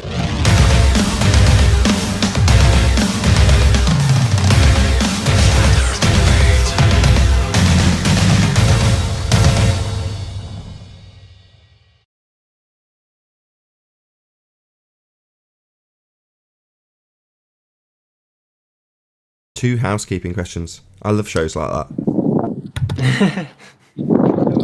Sometimes you gotta be thorough. Thanks, Moose Tone. Really appreciate it. It goes to show how well Xanax diversionary tactics on Coriolis seem to actually be sort of effective because it's good at confusing the hell out of this argument when it's really simple. Yeah, that's all they've got left with the Black Swan. Same principle applies. They've just got to figure out a way of making it as confusing as possible in rebuttal. And that's basically the only tactic left. Oh, somebody's playing music. Whoever's playing music in Discord, can you turn it off, please? Who's at the jazz club? Don't care. Just turn it off. No, Whoever it's it is. classical. Don't give me any lectures about it being out of copyright because it's classical. Because that's probably not true. I don't know what it was. It was only 2 seconds. But it was lovely. Whatever it was. I don't care how nice it was. It was nice. So. It's great, but the ballers have to go all the way back to 973 AD when Al-Biruni was born and start using him for anything. As if there's no new technology that could be used much easier nowadays. We have to go back then. Huh, ballers?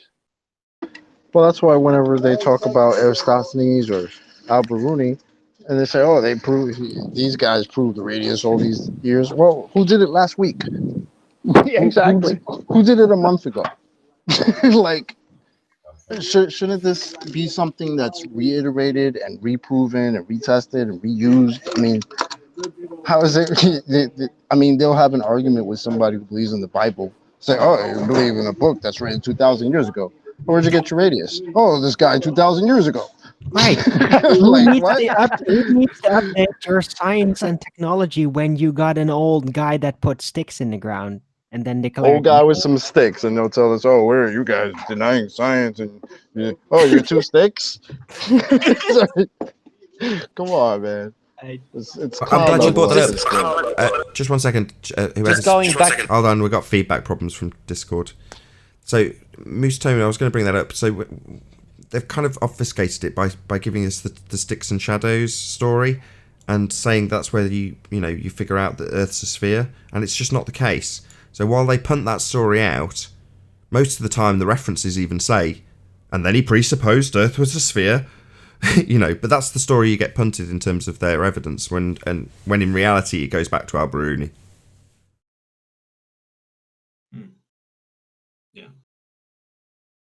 In a way, you could argue that schools and the whole system has tried to goaded everyone into basically being forced to presuppose without them realizing it and not allowing people to actually critically or thinking wise approach it.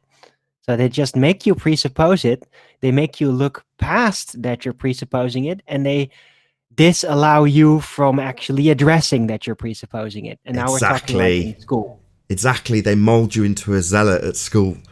So, for example, as a defense, you might hear from a really poor debater in the subject, "We already know it's a sphere."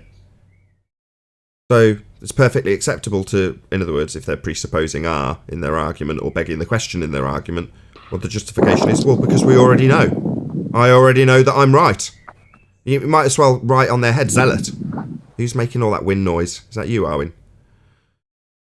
Yeah, it could have been me. I just moved. I'll go on mute. Yeah, I think it was. It's just zealotry. So, well, I'm automatically correct anyway. You're just an idiot. I'm surprised how weak the argument is. I mean, how little evidence they have. Really, I mean, nothing, essentially. Right. Well, the I think argument the Black Swan the showed peer that. pressure is enormous. It's the entire Western civilization, pretty much, they have made into the peer pressure for it. So that's its power. It's the peer pressure. The peer pressure trumps intellectual approach. Effectively. I mean, it was cool before after we went through the Black Swan, that you were like, kind of like, well, what else they got? Is there anything else that I mean, the Black Swan destroys the curvature. I mean, that's the main argument of the globe, right? That we live on a globe. Globe requires curvature. Get rid of the curvature, you have no globe, right? Everything else after that's just a good story. What are we doing? Looking at the sky? No, they're looking at the after screens. They're looking at the screens. That's where the globe is. At best, I you thought they destroyed might have our some sideways Earth. curvature. That's why. Look, Al-Biruni didn't have a hot air balloon, didn't have an airplane, didn't have a drone.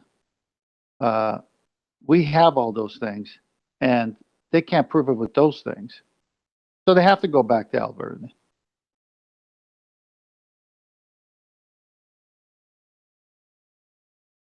Well, if just going back to the Coriolis effect, if we can for a second, I was having a very interesting debate with a famous glober, son of an astronaut. You may know him.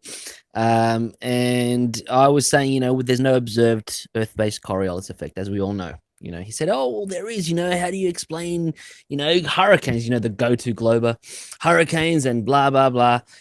I'm like, okay, well, if you think hurricanes is good enough evidence, then post your evidence. All right. So he posts something from thought.co, ironically named, which was going on about hurricanes and the Coriolis effect and whatnot, presupposing a sphere. And then I scrolled down where it actually has a definition of the Coriolis effect, and it was as reads: the Coriolis effect is an apparent effect, an illusion produced by a rotating frame of reference. So I just stopped there, even though it carries on to describe the Coriolis effect in more detail. I stopped there and I said to, Mr. Son of an Astronaut, so explain to me how your illusion, has, actual physical effects on weather systems.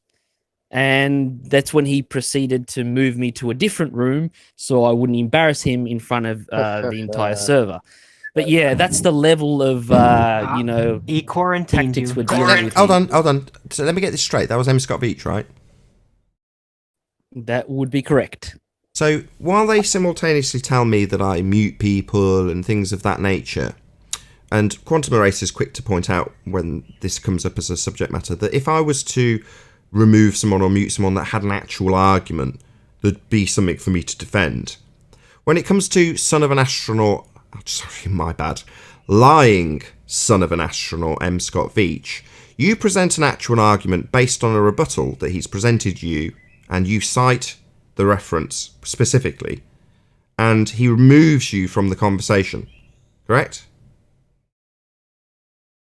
Yep, that is indeed what happened. He moved me to a separate room. I thought I was still talking to everyone in the room, but then I checked on the Discord app and I was in a completely separate room with him. He's a moderator, so he obviously has these powers. And I was like, hang on, what the hell happened? Why am I talking to just you now? Is it because I looked through I actually looked at your link and read through it and found that it was completely destroying your very argument, your own proof. And he's like, no, you know how he talks all over you and he just talks really fast. That's what he proceeded to do. Globus, and then he left. I know the exact citation you're talking about, because the same thing was dropped on me when I was having a debate about this with Kosho. And he dropped the same citation on. I know exactly what you mean. And Nathan, you can pull it up if you want, because I dropped it in Mass Debate. Oh, really? But yeah. And I destroyed him with it because it completely dismantled his argument, and it was done after that. And I've held on to it because it was so beautiful how he presented it to me, and I used it to destroy him. And it's funny that it's thought.co, and it's the same one that he presented to you. So that's pretty funny. That's why he moved you away from the room. But when we have a winning argument... well, we can always tell a man's character by the company that he hangs around. You guys hear me? Yeah, we hear you, Globus. Ah, there he is. No. What's up, that's man? Chocolate. The Chocolate, what were you talking about? Which argument or what you said you destroyed me? Correct me if I'm wrong, Kosho, but you once declared that the rotating hurricanes were actually going in a straight line. They just appeared to rotate because we were on a rotating reference frame. It's 100% true that the winds are going in a straight line. And there's no reason for them to travel. I wasn't lying, guys. No reason for them to travel in a circle on their own. So the Earth is rotating. But when they start off their travel, they're going north or south, depending on. So the high pressures are going to go towards the south. Say winds all go in straight lines? Really? Are we talking about hurricanes? Sorry, hold on. Let's just clarify with Kosho. The direction that this wind is traveling This specific wind is traveling south because of the pressures. This is why hurricanes happen in the first place. Sorry, so the hurricane is an example. Sorry. Okay, we heard. So the hurricane is an example of Coriolis effect. The circling cyclonic nature of a hurricane, that would, according to you, be an example of Coriolis effect, because what appears to be moving in a curved path, or cyclonic path in this example, is actually travelling in a straight line. It just appears to go in a circle because we're rotating underneath it. So it is, according to you, an example of Coriolis effect. And cyclonic winds aren't cyclonic, they're actually travelling straight and only appear to take a curved trajectory because we spin underneath it. Is that correct, Kosho? No, it's not correct. Well, then it's not. Sorry. How is this a demonstration of Coriolis effect then? I'm answering the question, Nate, that you just asked. Well, no, I asked if they travelled in a straight line, and you said yes, they do travel in a straight line. It does just appear because Earth spins underneath. I've just repeated that back to you, and now you're saying no. So are you engaged in double speak, or the wind's force? The force of the wind, the mechanism that causes the wind to move, is going in a straight line. What's that got to do with Coriolis effect? The Earth turning is going to cause the cyclonic nature that you No. That's not Coriolis effect. That's not Coriolis effect, mate. It is Coriolis effect. No, Coriolis effect is an apparent deviation. So, if I may, I'll explain to you, but you'll interrupt me constantly, I don't doubt, what Coriolis effect is. You don't understand what Coriolis effect is. A cyclonic wind or water has an actual spin direction. Coriolis effect, however, is a not actual deviation, just an apparent deviation of something that travels straight. So unless this example has something travelling straight and only seeming to curve, this is not an example of Coriolis effect, because we're dealing with actual spin directions as opposed to apparent deviation. So this isn't Coriolis. These winds aren't demonstrating Coriolis effect. If you're claiming they prove somehow the Earth has moved them, moved them into this cyclone, that's sod all to do with Coriolis effect. Now, it also presupposes that your rotating Earth is somehow moving them to move independently of the Earth by dragging them along and twisting them into cyclonic action. Again, sod all to do with Coriolis effect, Kosho. It seems clear you don't know what Coriolis effect is, because these winds aren't travelling straight. And by his own citation, it's described as an illusion. If not too long ago, showing you exactly what I'm talking about and demonstrating perfectly, so you don't have to be confused about it anymore. I know that you know about. It seems you're the one confused, Kosho. Did you just add Your hummus? citation says it's an illusion. Sorry, did he just say I'm confused? Did he just add hummus, Kosho? Yeah, I'd prefer you didn't add hummus, Kosho. We're not confused, but by demonstration of your declaration that the winds are travelling straight at the beginning of this conversation, you are confused. That's not an ad hominem attack. You don't understand that Coriolis is a not actual deviation, and you're saying Coriolis effect is exampled with something that has an actual spin direction. So you, Sunshine, you are confused about what Coriolis effect is and what examples it. Cyclonic winds do not example. Why are you interrupting me, Kosho? I'm just educating your dumb ass. Shut up! Shut up, Kosho. Yeah, you've told us the winds are travelling straight. Kosho, yeah, it's not like with M. Scott Veach. You can't just move me to another room because I'm going to humiliate you. The winds aren't travelling straight, dickhead. That makes you thick. Means you don't understand this. You'd need something travelling in a straight line and only seeming to curve to have a Coriolis observable from a spinning reference frame.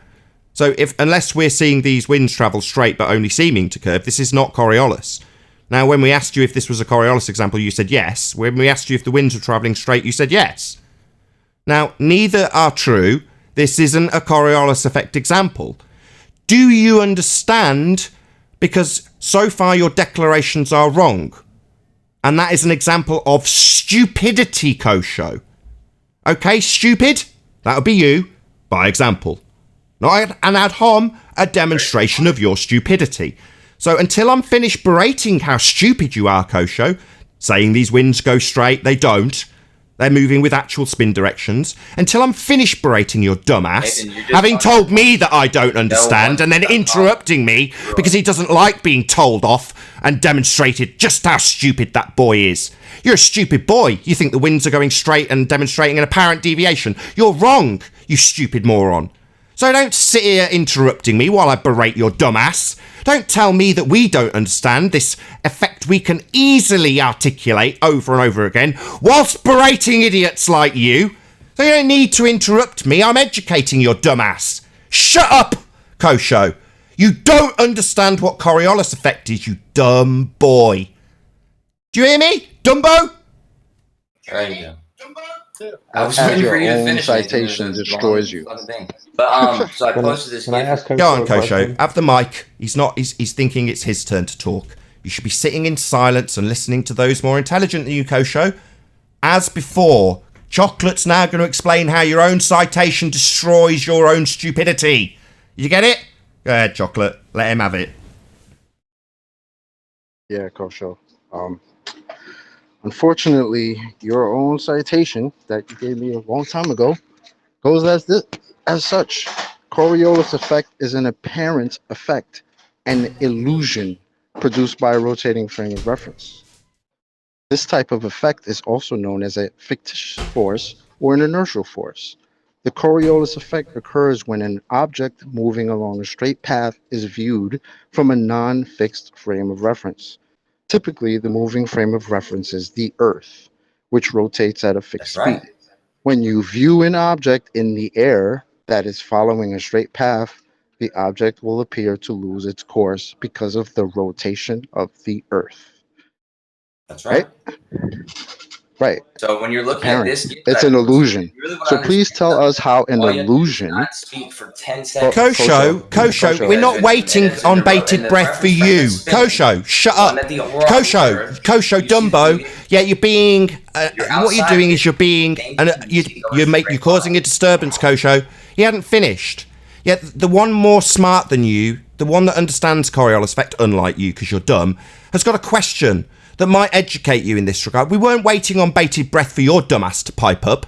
He's now got a point that will follow that. We're not waiting for you to talk. Go ahead, Chocolate. Tell this dumb, stupid idiot where he's going wrong, because he doesn't seem to comprehend the actual listening bit. Just thinks it's his turn to talk all the time. No, we're telling your dumbass off, stupid boy. Sit down, shut up and listen, or piss off. Go ahead, Chocolate. Why would I have a conversation with Shut up! Are you fucking... Right, Kosho, I'm going to mute you now, you dumb fuck. You've already demonstrated just how stupid you are here. Now we're explaining to an audience this is more than just you here, stupid idiot. So it's not your continual time to hog the mic with your dumb assertions that the winds are travelling straight and only appearing to deviate, while simultaneously telling us it's actually non-Coriolis, Earth dragging them into cyclones. You're talking nonsense, boy. Now other people smarter than you who understand Coriolis are going to talk. Not you. It's the fourth time I've told you, dumbass, to sit down and shut the fuck up. Go ahead, Chocolate. Yeah, I mean, I just have a question. How do you think, and something described by your own very citation as an illusion can cause an actual storm with actual winds actually rotating? Go ahead, He actually left as soon as he got muted. So. Oh, did he run away? So unless he disturbs every single word that's put to him and every demolishment of his stupid, dumb, idiot assertion that we've got winds travelling in a straight line, unless he can disturb every word of it, he's not going to tolerate that coming through. So what am I going to do? Sit here and let him disturb the concise, actual rebuttal to his nonsense assertion? I've got to tolerate him talking through that non-stop, have I? No, at some point I've got to take control and shut him up. Now, I'm not saying he's going to be removed from the conversation. I'm not going to do M. Scott Veitch's trick and move him to a completely different room, but I'm not going to tolerate him interrupting, Chocolate summarising how and why he's wrong.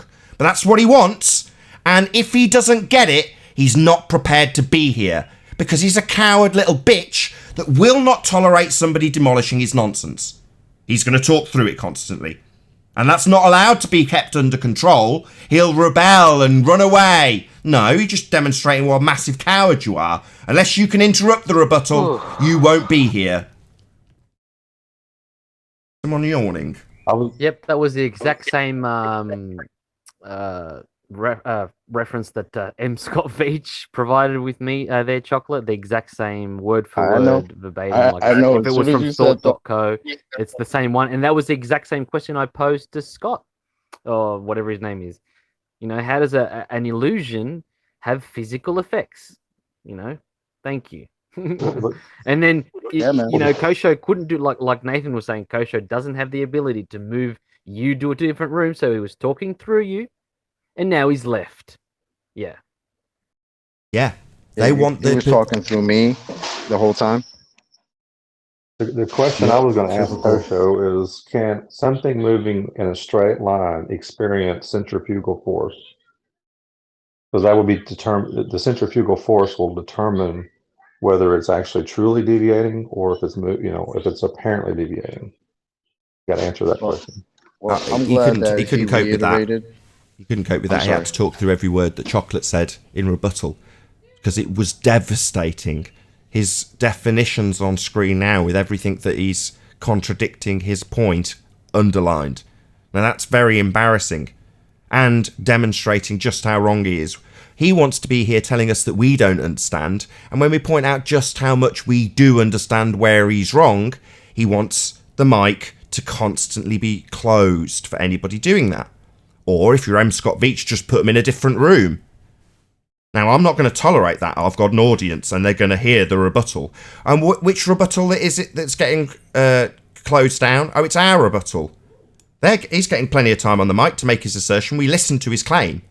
No one interrupted him. We heard him. Now, if we didn't allow that, like M. Scott Veach did, believe me, they'd be moaning about it. But shutting him down from interrupting a rebuttal constantly, I stick him on mute for that because there's no other way. I've tried. You heard me trying to stop him doing it verbally. He wouldn't have it. But me taking control of that, which I must, because otherwise the rebuttal will never come. And that's what he's aiming for. An argument to start about him interrupting, because that's what he really wants, because then we're getting further and further away from it being concise. Why don't they just ask us nicely to let them deceive us? Like they may as well just say, hey, can I deceive you? Can you just think what I want you to think and believe it for no reason? Well, to be honest, I'm glad he came in purposely for me, because he reiterated the hurricane winds are moving straight and only appear to rotate, because the last time we had that conversation, it wasn't recorded. So nobody thinks I'm crazy, because he actually said it. So I'm glad he came in today and reiterated that nonsense, and then try to steer away from it after saying it. So yeah, thanks. Yeah, they take their nonsense claim and make it make sense outside of having Coriolis deviation. So he's saying, well, yeah, it's being whipped into a storm. You're like, well, that's not Coriolis effect then. Yeah, but that's what's happening, and me describing this happening has ultimately got me begging the question that Earth's spinning and causing things to happen because of it spinning, and there's no other way that... It's like, that's what they want. Let's just talk about how I can beg the question of an Earth that spins in my example. It doesn't matter whether or not it's giving me a Coriolis effect or not. It doesn't matter that my assertion that winds are Coriolis effect makes no sense, and how you're going to pull that apart.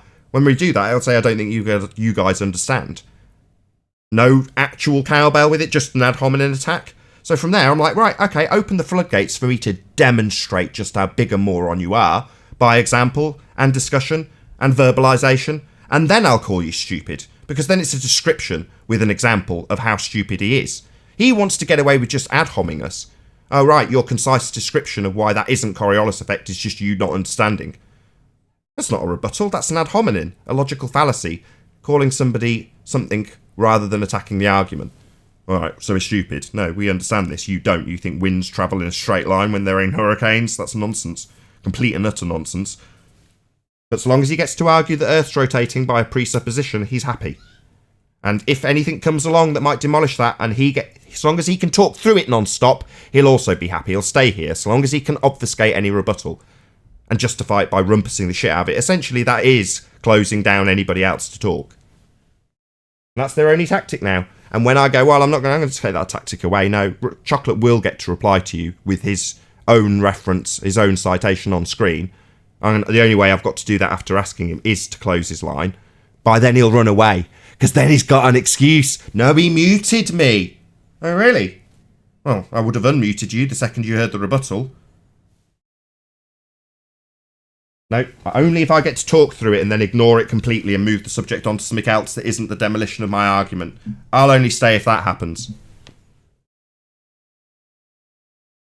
Nathan, if Coriolis, Earth-based Coriolis was a real thing, it would be seen from Earth, right? That which would be the non-inertial reference frame, right? That would be correct. You'd have to see it from a roundabout, or in this case, the presupposed spinning ball Earth. Yes, you'd have to be on that to see it seem to curve. Right. So then my question is, whenever we see hurricanes, they seem to be pictured or represented from above, right? And we see the rotation from above, and that would be the inertial reference frame. So if the hurricane is caused by Coriolis, which is an illusion only seen by someone on the non-inertial reference frame, which would be the ground, how do we see hurricanes rotating from above? Because they've got actual spin directions. They are actually turning in that direction. So they're sod all to do with Coriolis effect, because that's a not actual spin direction or deviation of any description. The only spin involved in Coriolis is your frame of reference that you're sat upon, looking at something else not actually curving, but seeming to curve because you're spinning underneath it. That's actual Coriolis. This whole bullshit assertion that something with a spin direction, like water going down a drain or storms turning in the air, that somehow those actual spin directions have anything to do with Coriolis effect is nonsense. The only assertion that you could have that is if you were part of the cyclonic action. You're caught up in a twister, swirling round and round and round, and as you do so, you see a cow flying over you because it's been catapulted over the top of the hurricane. But it travels in a straight line while you spin underneath it, and what do you know? That cow seems to go in a curved path. That's about the only example you can have. Or you're in the drain. You know, you've been shrunk down to the size of a flea and you're spinning around in the drain, whirling down with all the water, and something gets flicked over the top of the sink bowl in a straight line. But because you're swirling down the drain underneath it, it looks like the thing flying over you's curving. You're like, yeah, but it isn't. It's a straight path. But because you're on the spinning reference frame, in this case cyclonic water, then you being part of that spinning reference frame gives you a not actual deviation of the thing flying over you. But when people just show us spinning water going down the drain, you're like, that's nothing to do with Coriolis.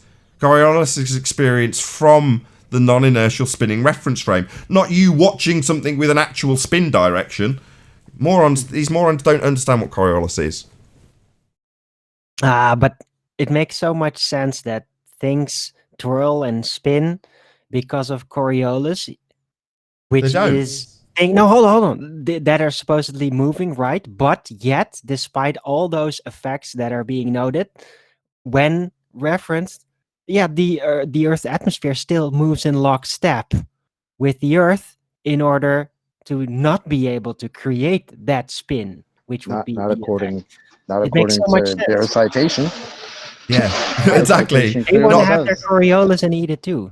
Yeah, well, they want their non-Coriolis and their Coriolis all mixed together, and they want things that have actual spin directions to be described with Coriolis, even though the reference that has that example you'll go beneath it and see that they're describing not actual forces, illusionary deflection, things not actually curving in the very same reference. So in other words, they're more than happy to brainwash people because it's nonsense, not true. Earth isn't turning. But to convolute and confuse, they'll describe it with something that has a rotation base and then describe other things that are rotating when Coriolis gives you a not actual deflection. So that's all very confusing in the mind's eye of the layman, and that's probably precisely why they picked it, because most people won't be able to wrap their head around it after 2 or 3 sentences from a fundamentalist zealot telling you you've got Earth and atmosphere travelling as one, and you scratch your head and go, really?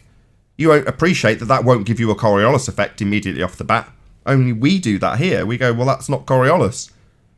But your average Joe watching Simon Dan goes, oh yeah, the guy bounces on the trampoline and doesn't deviate.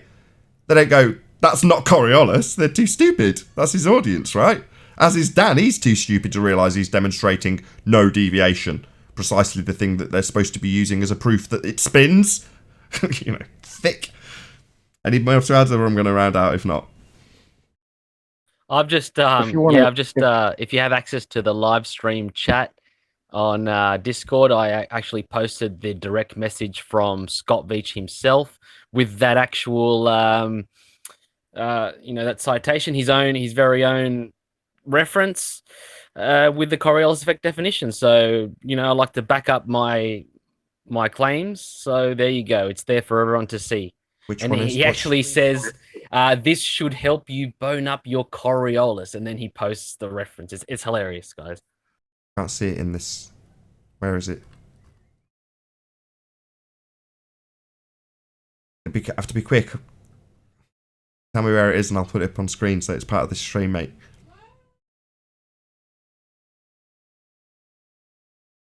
Or don't.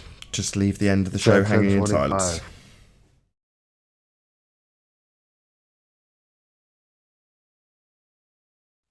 Hello? Yeah, it's at 10:25. Oh, I've got it. Okay, I'll stick it up on screen. There we go. Perfect timing. Read that. Do you want to read it out just so you can verbalise it or not? Oh, it's the same exact citation.